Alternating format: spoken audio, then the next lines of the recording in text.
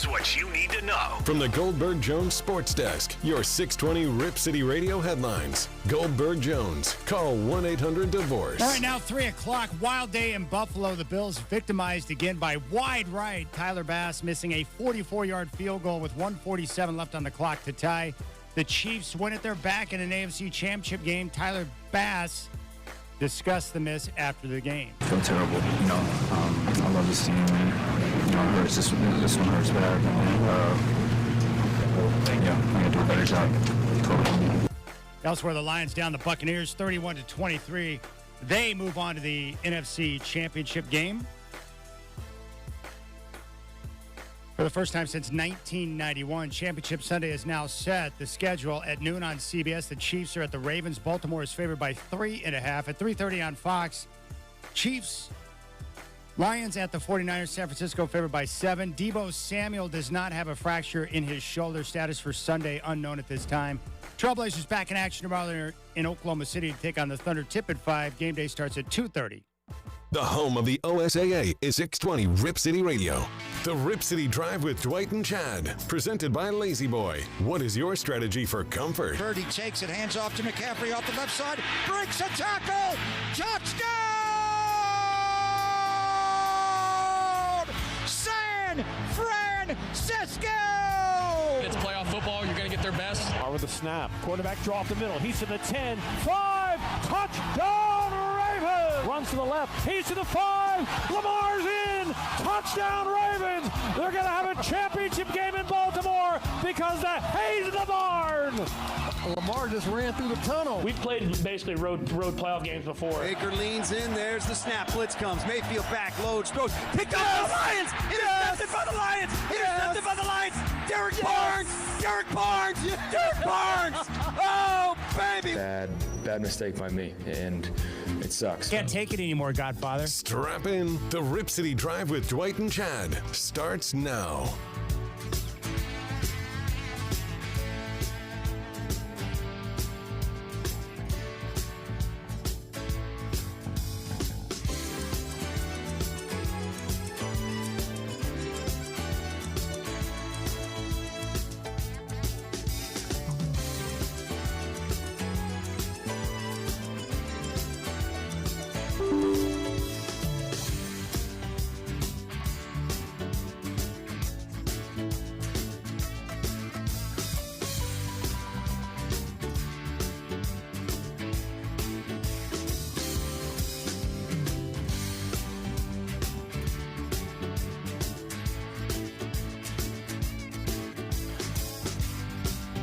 All right, Rip City Drive. What's going on, my friends? The Godfather Dwight James is back in the saddle after a week off. How you feeling, buddy? Good to see you. I'm great. Recovered. That's great. It's fun to be here. I'll tell you what, sitting at home by yourself for a week is not all that much fun. It's overrated, isn't it? Very.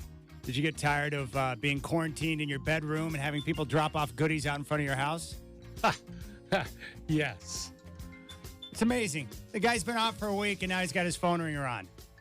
It's Radio 101, Godfather. You got to turn that thing off. I never have my phone ringer on. There's no one that could be calling you that's more important than the radio show right now, especially if it's Carrie Akers. That's not who it is. All right, a lot of things to talk about. We got to start with the Bills and Chiefs from yesterday.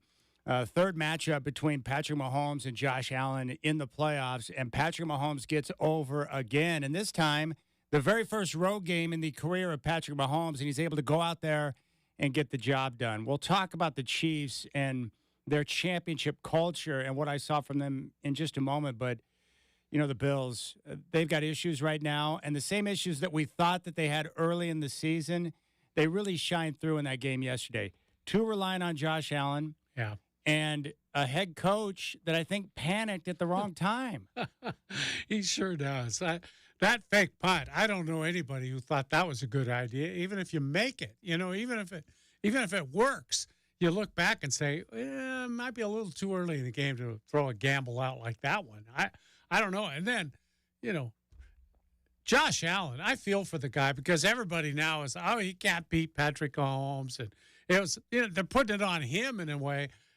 No quarterback is asked to do as much as he does. And I know Lamar Jackson runs as much as he does, but I don't, he's a different kind of runner. He doesn't have to do that hard running off tackle sometimes, getting hit the way Josh Allen does all the time.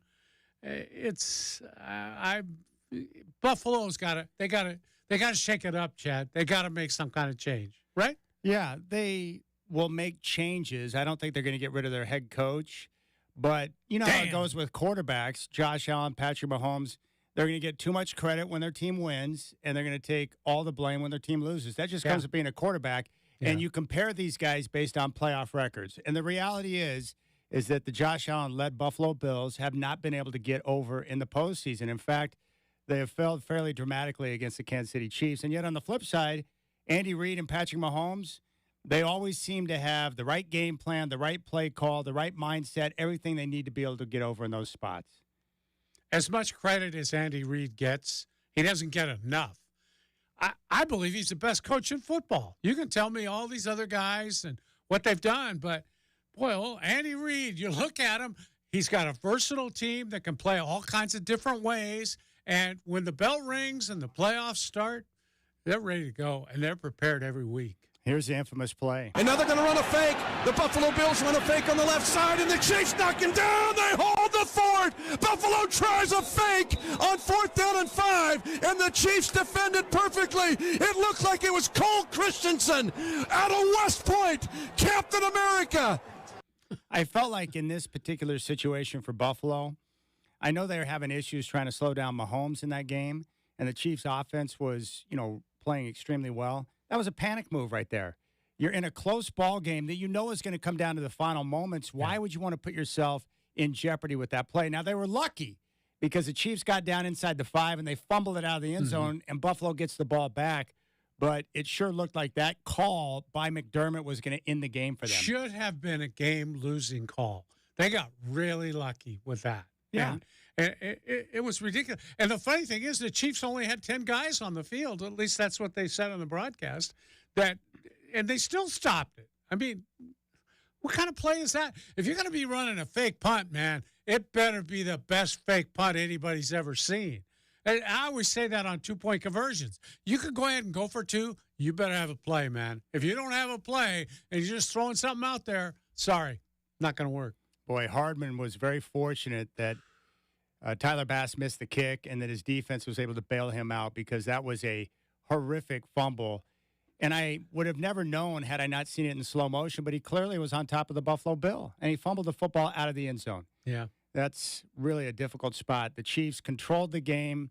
I really liked their game plan. I thought they played well. And I got to give the Chiefs credit because I saw this in the game last week against Miami. And it's one thing I respect about the Chiefs this year. We've been talking about their defense all year long, which has been very good. But what they did against Miami, they came out in that cold weather game. It's like negative 30 wind chill. And they allowed Mahomes to make some plays through the air. But Andy Reid went into that game and said, we're taking on Miami. They're not accustomed to this. They got physical, and they tried to really establish the run in the line of scrimmage, and they allowed the defense to get after Miami. They ran the football, and they came out of that game with a mentality. And what I love about that, Godfather, is that a lot of times coaches just have to recognize what they have to work with. I think Andy Reid acknowledges that this year's team is not his best. So he's like, what are our issues? Well, our receivers are struggling. So we're going to run the football a little bit more. We're going to protect Mahomes. And then we'll get the playmakers in a position where they can make some plays and develop some confidence. And then you go on your first road trip with Patrick Mahomes, and you're able to establish the run and play physical defense. And I just credit Andy Reid and his staff for putting together a game plan where they were the more physical team on the road, and that allowed them to have the mentality and everything in place to get that win. It was impressive. Mahomes was big time. Yeah. But the run game and the complementary football that they were able to play, thanks to Andy Reid, I thought was impressive. They did it against Miami, and they did it again yesterday against Buffalo. How much better quarterback can Mahomes be if you give him a consistent running attack? I mean, Pacheco looked like a pretty good running back in that game, and he's never really struck you as that. I mean, he's a guy that's been okay at times. He's quick, but he's not big. He's not a guy that would pound you 30 times a game. They got a lot of yards out of him, and they did a great job with that. I think why people love Pacheco is that he's a smaller guy that runs like a 250-pound back. Yeah, he runs really hard. He's an aggressive runner, and he'll catch you off guard because when you see a guy the size of him, you think he's an outside runner. No, he runs between the tackles physically, and he enjoys that element of the game, and so that's why I respect him so much, a little guy who's able to run it. But I'm telling you, the NFL playoffs have been simple for years. When you play good defense and you can run the football and you can limit the mistakes, you're going to have a chance to win almost every game. The Chiefs do it very well, and I think it really speaks to their championship culture. Pretty much everyone on the roster, even the young guys, they're coming off a championship run last year. They've been there. They've done that. They've got Andy Reid. They've got Patrick Mahomes. That team has a certain understanding of what it takes to win big games. And you saw them in crunch moments yesterday, not in panic mode, not worrying about running a fake punt, but executing and coming up with the big plays when they need to. Heck, even Travis Kelce, who has been a shell of himself this year, was able to step up and have a big-time game with 2 touchdowns. It's impressive. Yeah, they pressed a button of some sort or dropped a curtain, something. They only had 1 drop the whole game. I saw that in a stat. I don't even remember it. But they had 1 drop as opposed to dropping 5 or 6 every game prior to that. And they didn't turn the ball over. I mean, other than the one at the goal line that was an ill-advised play from the start, if you ask me. But they played a clean game. That was a clean game for them. As much running around and goofy stuff as they do once in a while on offense, they were really good. That was a big-time playoff game for them. Physical, tough. A lot of things people don't associate with Chiefs football, they did in that game. Yeah. For me, I picked the Chiefs to win. I never had any doubt they were going to win that game. It was very simple for me. I was like, okay, who's got the better coach? Well, that's the Chiefs. Who's got the better quarterback? That's the Chiefs. And who's got the better defense? It's the Chiefs. And those things proved through in that game yesterday. It's really hard to game plan and prepare for that brain trust of Mahomes and Andy Reid. It's one of the very best, just like Brady and Belichick, man. Reid and Mahomes have a connection and an understanding of how to make things work out there on the field. And I thought Reid really called a terrific ball game and put his team in a position to win. And their defense has really stepped up this season. They've needed their defense to be better, and it has. Yeah. They gave up some rushing yards yesterday, but they got good play from the secondary. Concerned now about next weekend because their linebacker, Gay, who is a terrific player, went down with injury. They got banged up yesterday, and that's a problem when you're going into Baltimore, but that was a big-time win by the Chiefs. And for the Bills, I don't know if you need to change the coach or not. I mean, he did a heck of a job, McDermott. When it looked like he was about done this year, he somehow turned it around. They won 5 straight and then won the division and got the 2 seed. So his ability, what I like that McDermott did this year is that he took a look at himself and said, you know what I'm doing right now is not working. So we got to change it up. So they made the move at offensive coordinator, got rid of Ken Dorsey. They put in Joe Brady. They established more balance on the offense. Mm-hmm. And then all of a sudden it sparked a 5-game winning streak. So he clearly did a good job down the stretch with this team. The issue I have is they're getting older in different spots. On defense, a couple of playmakers on offense. They got an aging roster. So if you're going to keep the coach, that's fine. But they've got to revamp and get some younger talent in there to be able to provide better support. And hopefully with the younger athletes have better health come this time of year because they were decimated. And when you go into a game against Kansas City, that's going to be tough. But an aging roster that has got some question marks moving forward. Yeah, the way I see it, Chad, is their window's closing real fast. With this group, maybe one more year. But they're going to, like you said, wholesale changes really in certain spots, especially defensively, it looks to me like. My philosophy has always been, don't fire your coach unless you can get somebody better. Okay, when we come back, well, I'll ask you who they should go out and hire to get better. I'm just going to say. In the coaching ranks. I believe there's better guys out there. Okay, we'll ask Dwight who the Bills should hire as their head coach when we come back, and then we'll dive into the 49ers and Packers, which was a wildly fascinating football game on Saturday night.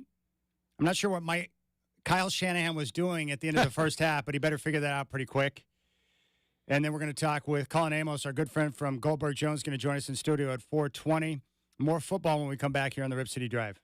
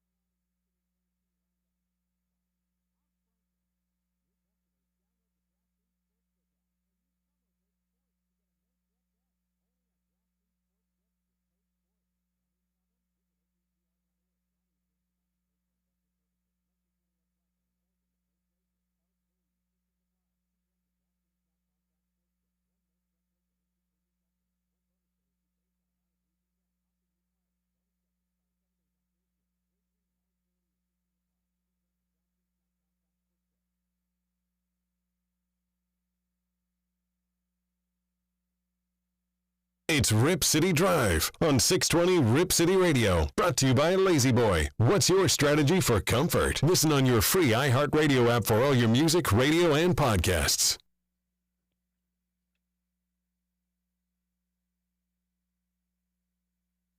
All right, we'll get to the 49ers and Packers from Saturday in just a moment. Going back to the Buffalo Bills, Godfather, another tough loss for Sean McDermott and a shaky year for the Bills until the final 5 weeks of the regular season when they turned it around and won the division, won that final game of the year in Miami over the Dolphins. They get the 2 seed and then once again flame out against the Kansas City Chiefs in the playoffs. As you pointed out, and I've said this before myself, I look at coaches just like I do any other player on your roster. If you can upgrade, you're always looking to upgrade if there's something out there that's available. Yeah. Every team is. I don't look at coaches any different, and there are some big-time coaches that are on the market right now, guys like Vrabel, Harbaugh, and Bill Belichick. Would you make a move if you were the Bills, let McDermott go, and then put someone else in charge to try and get Josh Allen over the top? I would, Chad. And I think all three of those guys that you mentioned are better coaches than what they have now. I believe that.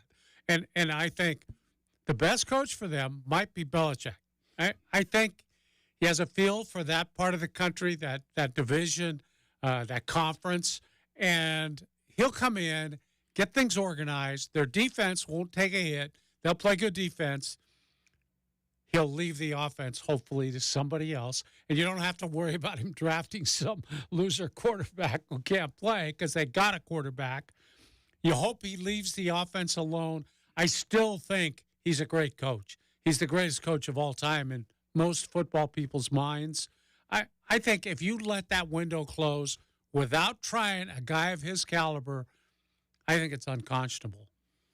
Well, it's certainly unprecedented to have the type of coaches available that we have right now. Yeah. Can you remember a year like this? No. Not when you have Belichick, Harbaugh, and Vrabel all available. And Pete Carroll's still rolling around out there. Yeah. So it is unprecedented. And that's why normally you would look at your coaching situation and think, I think we're good here. But now when those type of guys are available, how can you not at least consider what it might look like if you were to make a move like that? I like the move to bring in Belichick if I've got my quarterback in place. Yeah. That's why all this talk of Belichick in Atlanta doesn't make a lot of sense to me because they don't have a QB and they don't have a draft pick high enough in the first round to go out and get a big-time quarterback. And Belichick has proven that drafting and developing offensive talent is not his strong point. So that would be a major concern for me. Who's going to play quarterback and who's going to get it done? The advantage of Belichick is that you know who's going to run the offense for him. It's going to be Josh McDaniels. Mm-hmm. So your offensive coordinator is set, but when it comes to the personnel, the fact that they don't have a quarterback, it's really bizarre to me. But for a place like, the Chargers or the Bills in this case, who have a legitimate big-time player at that position, it makes sense because he can come in. You and I were talking about this earlier. What's great about guys like the big-time coaches, Pete Carroll, Bill Belichick, Jim Harbaugh, they're so well organized that when they come in, they know exactly what it takes to lay a foundation and build the structure of their program. Just like we saw in Denver this year with Sean Payton. You come in, you lay down the foundation, you build your structure, and then instantly you start to see that pay dividends because guys are in the right position. They know what they're supposed to do, and you start getting the most out of your roster. And, Chad, they come in with that swag. They come in with the idea that no one is going to question what they say. How many Super Bowls has this guy won? Oh, okay. I think he knows what he's talking about. He says we're going to do it this way. I think that's the way we ought to do it because he might know what he's talking about. He has that with him. He has that gravitas that really allows you to set up an organization the right way. And I think even the players, they love their coach now. But you bring a guy in with that kind of resume, how can you argue with that? I agree. All right, 49ers and Packers on Saturday night was a fabulous football game. I enjoyed it immensely, and right up until the point where we got the missed field goal, I was convinced the Packers were going to win that game. They outplayed the 49ers. They outcoached them. They had better execution. They just did so many things well, and then right up to the point where they missed the field goal, it was like, what's happening here? And then the 49ers, to their credit, went down and got the touchdown. So they showed some toughness in that spot. But a couple of areas of issues that I have with the 49ers, and the reason why I'm pointing this out is because I hold them in high regard with their front office, their coaching staff, and the roster that they supposedly have. First off with Kyle Shanahan. what I was told is if you look at the Shanahan coaching tree, and I'm a big Mike guy because he coached the Broncos. If you go back to the coaching tree, Sean McVay is supposed to be like the culture creator. Like he comes in with his personality, sets a culture, and then boom, the team is off and running. Kyle is known as the master, and we've talked to Alex Brink about this. He's known as like the master play creator. Like he schemes and can design plays unlike anyone. He's the best at that. Yeah. And then you've got Matt LaFleur, who's kind of a combination of both Shanahan and McVay. He can do a little bit of everything. We've seen that now in Green Bay with the work he's done. Yeah. So I'm just trying to figure out Shanahan because he always talks about having confidence in his guys and having confidence in his quarterback, and yet they're in a situation where they have plenty of time and timeouts and could have gotten points before the end of the first half. And he played it really conservatively and played them out of a position to get points. I really have no idea what he was trying to accomplish there. Well, I've seen it with teams all season long. It's becoming a plague, that thing before the half, especially when you're going to get the kickoff to open the second half. You want to double up. You want to get a score at the end of the half, get the ball, and get another one to start the second half. And it's like you skipped a possession for the other team. I get that.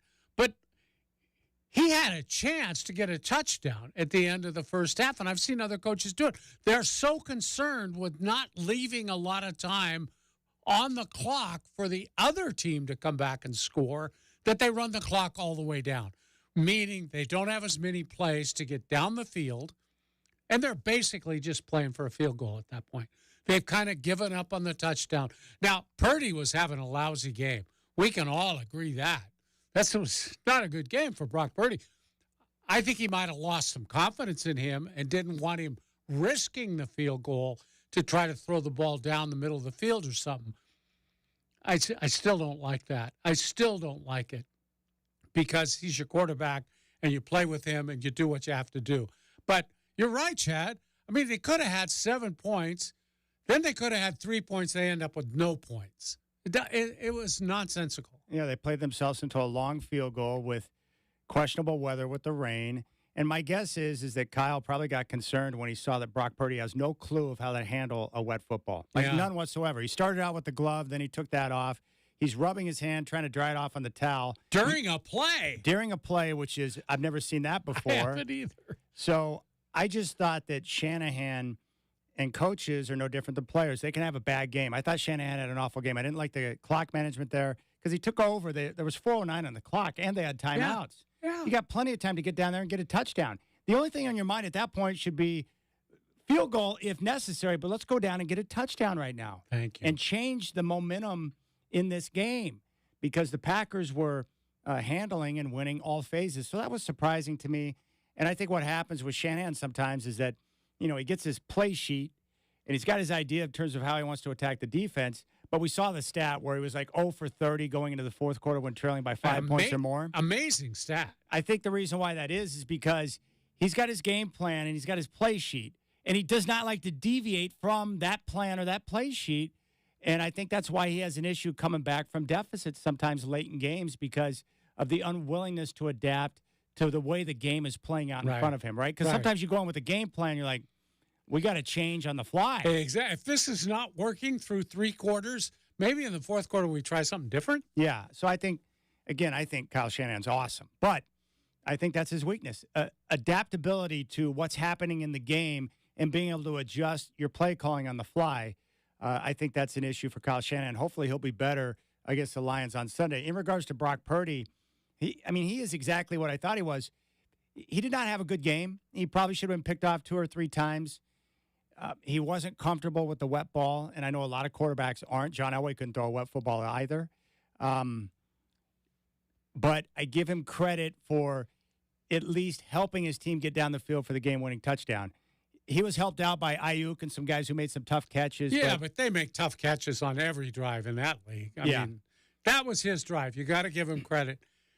He's got to play better, though. He played great at the end of the game. And the other guy who had dominated the game, Love, he collapsed late in the game. It was like a complete switcheroo just at the very end of the game. Yeah. And that's a situation the Packers shouldn't have been in. I mean, they missed their opportunities to win that game and put it away. But we're now at that point of the season. I've been saying all year that I do not believe that you can win a championship with Brock Purdy as quarterback. So here's what they have to overcome. If you look at all the teams that are remaining, the 49ers clearly have the worst of the 4 quarterbacks. Are they going to be able to do enough scheming around Purdy to where he can make enough plays against Detroit and presumably Baltimore in the Super Bowl? That's going to be the big question. And Deebo Samuel, I just saw the report that there's not a fracture in the shoulder. You got to wonder about his status because clearly he was missed in that game. And the other thing that drove me crazy about Shanahan, too, is he was so committed based on his game plan to spread out the defense and try to throw the short passes to get the playmakers the ball in space that he just avoided Christian McCaffrey for long stretches, who was dominating on the ground. What are you doing, coach? Nothing wrong with a straight handoff, off tackle, pick up 7 or 8 yards on first down, then you can do whatever you want, right? I could feel the pain of 49er fans as I was watching that game because you know what they're thinking. Give it to McCaffrey. He was killing them. He was having a big night, and the play calling and getting away from McCaffrey, like sometimes you don't need to get too creative. Just go with what works. Christian McCaffrey is going to be critical for them moving forward, especially against the Lions on Sunday, a team that they should be able to run the football against to a certain degree. You got to make sure that McCaffrey's involved. And if Debo's not going to play, then you've got to find different ways to get McCaffrey the ball. It's critical. You've got to do that. In fact, at Stanford, I talked to David Shaw about this once. They had what they called the McCaffrey Project every week, and that was where the coaches would get together to devise different ways to get McCaffrey the football because he was so dynamic. And when I see him on the field for the 49ers, I'm like, there's just no one else that can do what he does. Mm-hmm. Even Green Bay didn't have an answer for him. So the other part that it may have jumped out to you, and I don't know if it's because we overvalue certain teams or players based on the hype that surrounds them. Like the 49ers are known as having the best roster in football, or at least right up there with the Ravens, right? Those are the 2 best rosters. Mm-hmm. And they're known as having a defensive front that's supposed to be nasty. Well, the defensive front is not living up to their reputation right now. They did not play well against Green Bay. The Packers outrushed them. They didn't get a lot of pressure on Jordan Love. Chase Young is not giving them much of anything. Like that group for the 49ers, if they're going to win a championship, they've got to get more from those guys. Their linebackers are awesome. Warren and Greenlaw are money, but the defensive front right now is just not getting it done. Yeah, I've been really surprised with Chase Young. I thought that would be a rebirth for him going to San Francisco because they've got so many other talented guys up front. He doesn't get the attention that he had been getting. And I think I'm shocked that he hasn't done better. I thought those 2 DNs that they have would be incredible pass rushers. And gosh, they hardly laid a hand on Jordan Love. It was amazing. It's always very fortunate when you can play an awful game in the postseason and get through it. Yeah. My guess is the 49ers will be a lot more buttoned up and play better football on Sunday against Detroit. That would be my expectation. And it won't be raining. It's supposed to be 60 to 70 degrees and no rain. So yeah, I checked the forecast this morning. I was like, what's it going to do down there on Sunday? It looks like they're going to get rain throughout the week, but by Sunday it's going to be okay. Yeah. Thank goodness, because Purdy had issues with the wet ball. It was a problem. Yeah. He needed a rosin bag. Somebody should have run down to the ballpark and gotten him a rosin bag. He had a terrible time. So I guess my question with Purdy would be this. Was that a sign of more things to come from him in terms of his performance, or is he going to be able to put that behind him and play better football moving forward? Because to get a championship, especially against some of the offenses they're going to play, they're going to need more from him. And then Shanahan's got to just be better with his play calling and making sure that McCaffrey never gets too far out of his mind, especially if Deebo Samuel's not out there on the field. So that was interesting. I'll say this about the quarterbacks in that game on Sunday. You know, Brock Purdy's interesting because they're not paying him anything. He's Mr. Irrelevant, last player taken in the draft. And then you got Jared Goff, Godfather. He's one of my favorite stories in the NFL because last week he had a chance to get over on his former coach, Sean McVay, and the Rams, and the quarterback that used to be in Detroit, the franchise, Matt Stafford. McVay discarded him, threw him away like a piece of garbage, and then basically verbally murdered him to the press, saying this guy isn't the one that can get it done. I can't win with him. We had to go in a different direction. And he admitted, you know, leading up to that game last week against the Rams, that it mentally, it damaged him. So Dan Campbell, the Lions take him in. Keep in mind, they traded Stafford, got Goff and 2 first-round picks. So they're able to bring in a quarterback who's not playing great football and also add draft picks that are now helping out their team. And they basically rehabilitate Goff. and they let him know, hey, we believe in you. We believe that you can lead us to the promised land. And now look at the way he's playing. Most people agree that in terms of standing in the pocket and delivering the football, he's the most accurate thrower of the ball in the game right now. He just got over on the Rams. He's got the Lions back in the NFC title game for the first time since 1991. And I think most of us thought when he was in L.A. with McVay, well, it's the coach.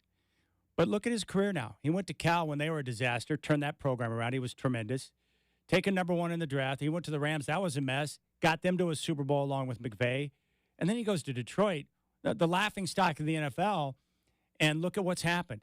Slowly, he's gotten them back on track. And now, look, they're one step away from the Super Bowl. And the beauty of it is they're paying him like just under $26 million a year. He's giving you $40 to $50 million production, but you're paying him 25 to 26. You can't ask for more than that, right? Yeah. It's awesome. So I like that story. You like the story. Do you like the Lions in this game? Well, we'll have plenty of time this week to discuss that. They definitely have some elements that I think will promote success for them on Sunday. They have the best offensive line in football. They have great speed and playmakers. They got 2 running backs that can run it. And the 49ers showed last week against Green Bay that they have issues stopping the run. And Jared Goff is accurate with the ball. My issue with Goff in this game, because it's all about matchups, is that the 49ers pass rush, if it gets home, he's a pocket guy. He won't be hard to find. No. And that's unfortunate because he's going to stand there, and I appreciate the toughness, but he's not someone that's going to be able to move around and buy time and pick up first downs with his legs. That's just not how he plays. I'll tell you what else Detroit has. They got a coach who I think his players believe if he got stuck in Oakland and couldn't get to Santa Clara for this game, he could walk on water all the way to Santa Clara and get there in time for the game. Yeah. They totally believe whatever this guy says. That's a great thing. Those kind of players who believe that much can accomplish a lot. Yeah. What I like about what Detroit's done this year, their defensive coordinator, Aaron Glenn, who's a hot candidate right now for some of the openings around the NFL, they kept it simple. They said, okay, what were we last year as a defense? They didn't really have an identity. They sucked at everything. They couldn't stop anyone. So he just made a commitment this year that we're going to clean up one area. And they committed to stopping the run, and they're one of the best defenses in the NFL at stopping the run. So they took care of that one element. They also have some guys who can get pressure on the quarterback to help cover up some of their deficiencies on the back end. And it's really helped out. So they have more of an identity on defense. Obviously, they got playmakers and speed. They can score points, and they've got an accurate quarterback. So I'm anxious to see what they'll put out there on the field on Sunday. They have Aiden Hutchinson. Really good. He's tough. They can line him up outside. He'll come inside. Yeah. So that's going to be a fascinating game. Dan Campbell's crazy, and that's what I love about him. It's also what scares me about him because he's crazy. You never know what he's going to do. Crazy loves crazy, Chad. But those guys do play hard for him. I mean, that's... Yeah, they do. Part of being a head coach is developing an identity for your football team. He had to sell them from the moment he walked in the door. Yes, and look at what he's done. They're a tough football team that's going to play hard, and that you can get a lot of stuff done in sports when you do that. All right, we'll keep things rolling here on the show. Dwight is back in the house. When we come back, we want to talk about kickers. Does the NFL need to get rid of the kicking game? And also the rule that we saw yesterday play out in the Buffalo-Kansas City game where a guy fumbles out of the end zone and it's a touchback. Do they need to change that rule? We'll hit on those two things. You got the Rip City Drive.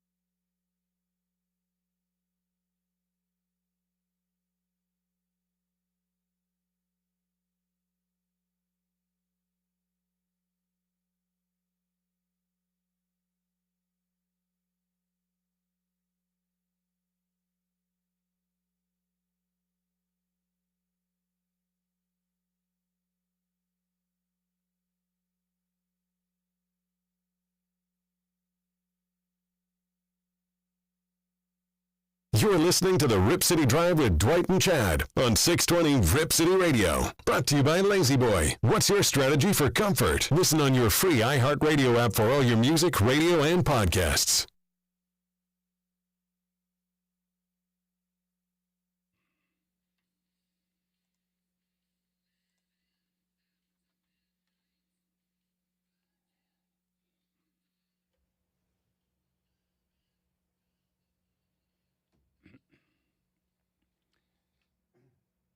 All right, Godfather. Yesterday we saw Mecole Hardman with a brutal fumble at the goal line that trickled out of the end zone, and it's an automatic touchback where the Bills got to take over 1st and 10 at the 20-yard line. Yeah. I know there are people who don't like that rule. Brian Noah, our good friend from Fox Sports Radio, hates that rule. Yeah. And I think the people who oppose it, they're like, wait a second. The offense just drove basically the length of the field, and they fumble it out of the end zone, and it's an automatic touchback. Why not take it back to the spot where the ball was fumbled and make the other team take over 1st down and 10 at the 1 or the 2 or the 5, wherever the ball was fumbled? Would you have an issue with that, or do you think they should keep the rule the same? I like it the same. Let's just say this. Let's say Hardman fumbled the ball into the end zone, but not out of the end zone. Your team falls on it. They just fall on the ball in the end zone. Where do they get the ball? It'd be a touchdown. No. The other team falls on it. I don't even know what you're talking about right now. Hardman fumbles the ball into the end zone. Only it doesn't go out of the end zone. It stays in the end zone. Yeah. Other team recovers it. 1st down and 10 at the 20. At the 20. Yes. So why should it be any different? Why penalize the defense just because it's such a bad fumble it rolls out of bounds? I think you stay consistent. If that's what it is, when you intercept a ball and down it in the end zone or recover a fumble in the end zone, it goes to the 20. Same thing if it rolls out. Yeah, I think the argument against that would be because you have a clean recovery in the end zone by the opposing team, so you get the ball at the 20. But if it fumbles out of bounds and you don't get a clean recovery, that you should go back to the spot where the ball was fumbled. I think that's a lack of consistency in the rules. I just think it's always gone out to the 20. It should stay that way. I just don't care, really. Yeah. Do whatever you want with the rule. I don't give a flying rip. Make it a touchback. Put it back where the ball was fumbled. It doesn't. It's one of those things where I don't have enough energy in my body to worry about those type of rules. I'm more concerned about how the league's going to figure out what a catch is and how these officials determine what holding is, what pass interference is. I'm more concerned about the officiating game to game and the consistency there and how they can clean that up than I am a rule like that. I just don't care. Brian No cares, though. It's a big deal to him. Man, every time it happens, he goes off on Twitter. And I remember when we worked with him, that was a big topic for him. That is a major penalty on the offense. So you fumble. I guess I've talked to Noah about this before, too. It's like anywhere else on the field, if you fumble the football and the defense recovers, they get the ball right there where they recover it, unless they're able to scoop it up and run it out. But in this case, because you fumble it out of the end zone, it automatically goes to the 20. He thinks that's crazy. Well, it's not the only goofy idea Brian has, but well, we all have goofy ideas. I know that, but I'm just saying. All right, enough is enough. I don't care about the rule anyway. Everybody feels sorry for the team that drove the ball all the way down there. Well, stuff happens, you know. Don't fumble it in the end zone. You won't have to worry about it. It was a horrible fumble. It was a horrible play call, wasn't it? I mean, you're giving the ball to one of your good, reliable running backs, or have your reliable quarterback throw it to your reliable tight end. Don't give it to a guy who handled the ball twice the whole day and fumbled both times. I hate teams, and everyone does it, where you're in a goal-to-go situation. You need to pick up a tough yard or two, or maybe it's 4th down and 1. Let's line up in the shotgun and hand it to the running back 5 yards deep. Yeah. So stupid. I know. It drives you crazy, but they keep doing it. And I think Andy Reid sometimes gets too cute with some of those play calls inside the 5. He almost has too many plays in his pocket, and he thinks he has to use Why not just give it to Pacheco, who runs like an animal? That guy's a freak. I guarantee you he'll move forward for you, Coach. Can we do that, please? The other issue is the kicker. I want to play something from Ross Tucker, who is an analyst, and he's now a commentator for many different networks. But I love him, and he brought up this point about kickers. Take a listen. In all 4 games, the losing team missed a field goal that was within 50 yards. This is why I say it's a flaw in the game, and has nothing to do with kickers. I have a lot of friends that are kickers. kicking should not be a part of the sport of football. Imagine, just for a second, we all got together and we were going to start from scratch and make the rules. Okay, I got it. For 60 minutes, you will have a bunch of big, fast, strong guys. They'll tackle, they'll block, they'll run into each other, they'll hit, they'll catch the ball, they'll run with the ball, they'll throw with the ball. Imagine if some guy was like, oh, I have an idea. And then every once in a while, and a lot of times at the end of the game, let's have a guy come in who does none of those other things and played soccer in high school, and he'll kick a ball through these poles. Everybody else at the table would be like, what are you talking about? No, that's a terrible idea. Yet that's the way it is. Yet that's what we have. That's what we have. And it is so frustrating. There you go, Ross Tucker. I believe the exact same things. I do.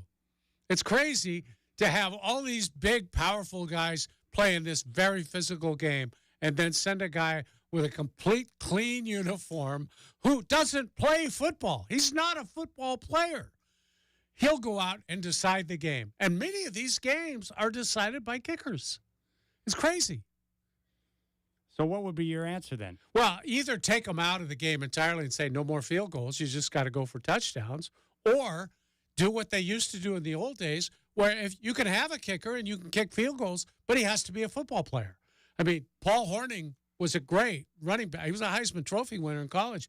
He was the kicker in Green Bay. Lou the Toe Grossa. He was a defensive lineman, as I recall. These guys played. Okay, if you're going to be the kicker, you got to play 10 to 15 plays in a game. John the Toe Elway was the Broncos' backup kicker. I'll bet he was pretty good with it. In emergency situations, if someone went down, he would be the backup. Not that a coach would ever put his quarterback out there in that type of risky situation, but I got to be honest with you. As much as kickers drive me crazy, I want that element in the game. The drama of rolling out kickers in those spots is too good. And we all loved it yesterday because we all knew what was going to happen when Bass took the field. I didn't think he was going to make that kick. Did you? No, he didn't think he was going to make it. If you saw his face, he looked terrorized. I'm sorry. I need that drama in my life. It's maddening when your team has a kicker that sucks and misses big-time kicks all the time. But I put that on the team. Go out and get a better kicker. Get a guy that you know can make kicks or develop him to where he's automatic out there. Tell it to those poor, poor people in Buffalo. Wide right.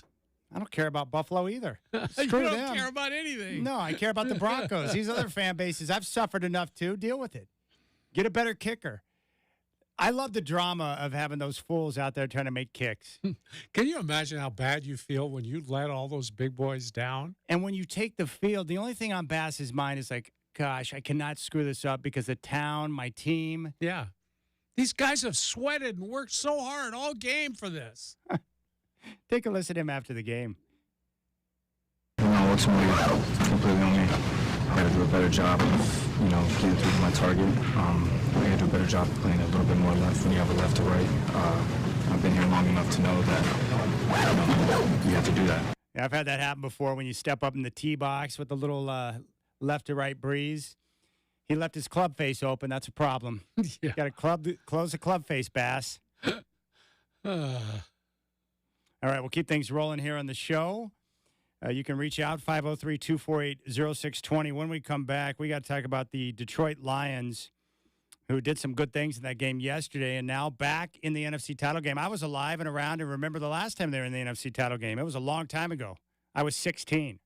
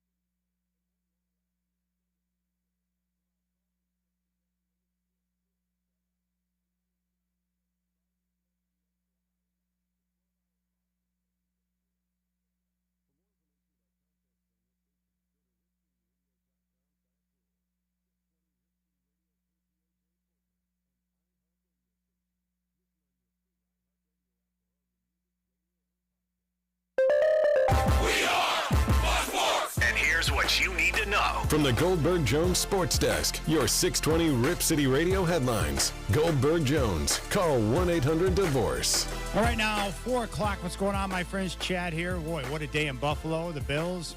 Wide right. Laces out. Tyler Bass missing a 44-yard field goal with 1:47 left on the clock to tie. The Chiefs win it 27-24. As you might imagine, Tyler Bass distraught after the game. I feel terrible. I love this team. And, it hurts. This one hurts bad. And, I got to do a better job.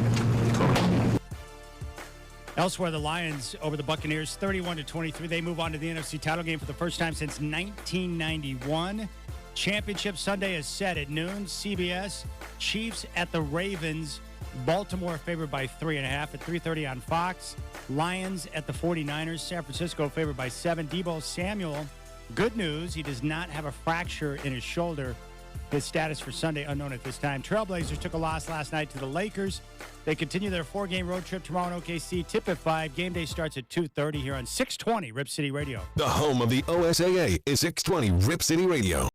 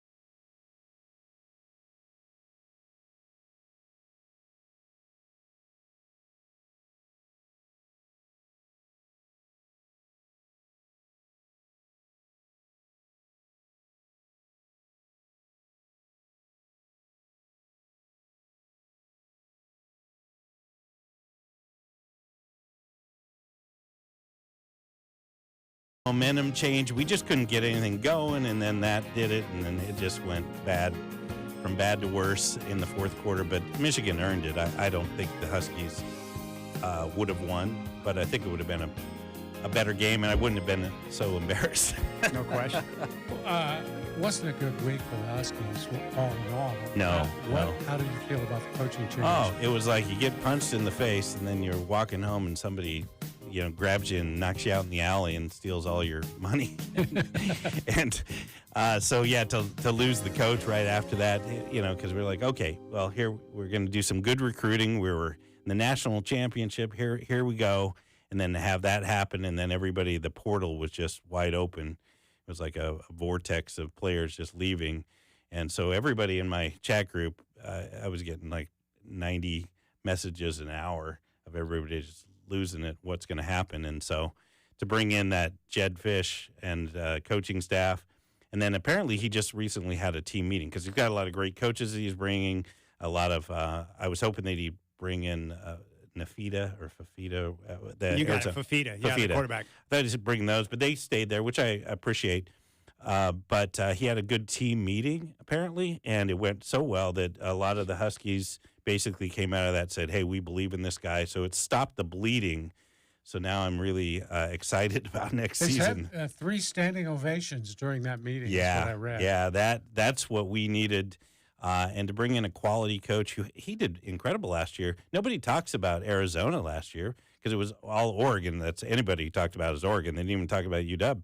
And Arizona was just killing it. Yeah. And they just couldn't catch up. He took over. They had 1 win, and then they moved it up to 5 wins, and then they doubled that win total this year up to 10. Exactly. He has worked with the greatest football minds in the planet, starting with his graduate assistant days at Florida under Spurrier. He's worked for Mike Shanahan, Jim Harbaugh, Pete Carroll, Bill Belichick, John Harbaugh. Go down the line. He's worked with everyone.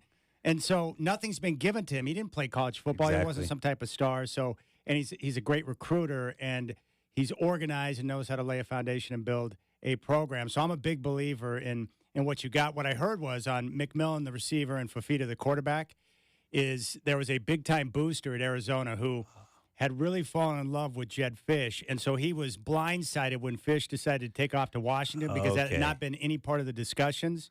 So he was so ticked off that he made it a personal mission to make sure that McMillan and Fafita did not leave for Washington.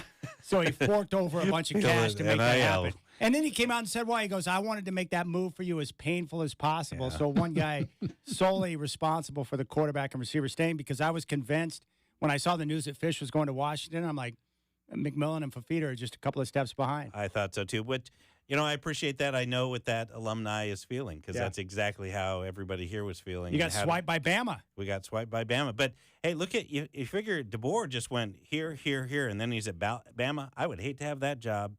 And so I think Fisch has earned it. I think Fisch has come up, like you said, and been in the trenches a little bit more. So I'm looking, hopefully, at a much longer term stint with Fisch rather than DeBoer. Oh, that's great. So what about the playoff wagering so far? How's that going for you? It's it's up and down, and I'm recovering, but it's been interesting. Just even with San Francisco, because I'm a guy who likes to tease, and for bettors out there, you can move the line and you can add teams to it. So I'm a teasing guy, and when you narrow down the field of being able to bet on those teams, so that you got 8, it gives you a lot less opportunity. So then I get a little cute, and then that's when you start to lose. But I'm going in okay, but I could be up more. I could be down more. I got to ask you, we've been talking about this earlier. As a guy who wagers on games, do you like kickers? I was listening to that earlier segment, and I was thinking about why I've kind of felt like Chad, which is I don't really care much about that. I never really thought about taking the kicking because I was a kicker and I played football. Were you a kicker? I was a kicker. I did. I was. Well, you didn't play football if you were a kicker. He doesn't even want you a part of the game. No, he said. I heard him. He said you got to play football if you're going to be a kicker. I played offense. I played defense. There you go. And I did all the kicking for the team because I played soccer. But I was thinking about it. It's like as a bettor, you kind of want a little bit more variance in a game. Because if it's just, I guess if you took the kicking out, you'd have touchdowns and 2-point conversions. and then that's where your variance comes from. So it might be a lot more boring because you got to go for it on fourth, or you got to punt, and so you're just turning the ball over and then you go back down. So I'm not sure. I think they should try that in the new what is it, XFL? What do they call it? United Football League. United. Yeah, they keep changing the name every time they rebrand it every other year. But maybe they should just give that a shot and let's see how it works. Well, that league, they try different things there in terms of rules. And I think in some ways it's a good testing ground for the NFL to step back and take a look at any possible way they might want to tweak what they have going on. I had never thought about it until you guys were talking about it. I think, give it a shot at the UFL. Let's. I might watch it, and then I can get my betting notes down. Does this make a difference? But it makes a big difference on the betting lines. At 3, 3.5, 3 in the hook. Yeah, that makes a huge difference. What do you think about the early lines for the games coming up on Sunday? Right now, the Chiefs are a 3.5-point dog at Baltimore, and I think the 49ers right now a 7-point favorite over the Detroit Lions. I jumped right on Ravens at -3, but it was juiced to 125. In my side, it's still that, but they're still taking that money at 125 because it's so juiced. It's about ready to pop to 3.5. I was all over the Ravens at -3 because I just don't think the Bills were depleted on defense, and they did okay. I mean, obviously, Mahomes chewed them up, but that's not the Ravens. The Ravens are excellent in their secondary, and then the Bills just showed what you need to do to the Chiefs. You just run it down their throat. I don't know why they gave it up. I mean, they were getting 6 to 8 yards every carry. So what do the Ravens do? They're a better running game than the Bills. So I think that line, I like the Ravens on that one. The 49ers make me nervous if Debo's not going to play because Purdy seems to lay eggs when he's not on the field. All right, one quick question about Washington. I'm curious because you know a lot of alum, and you probably know some of the guys who donate to the school and so forth. What is the scuzzlebutt on Jedd Fisch?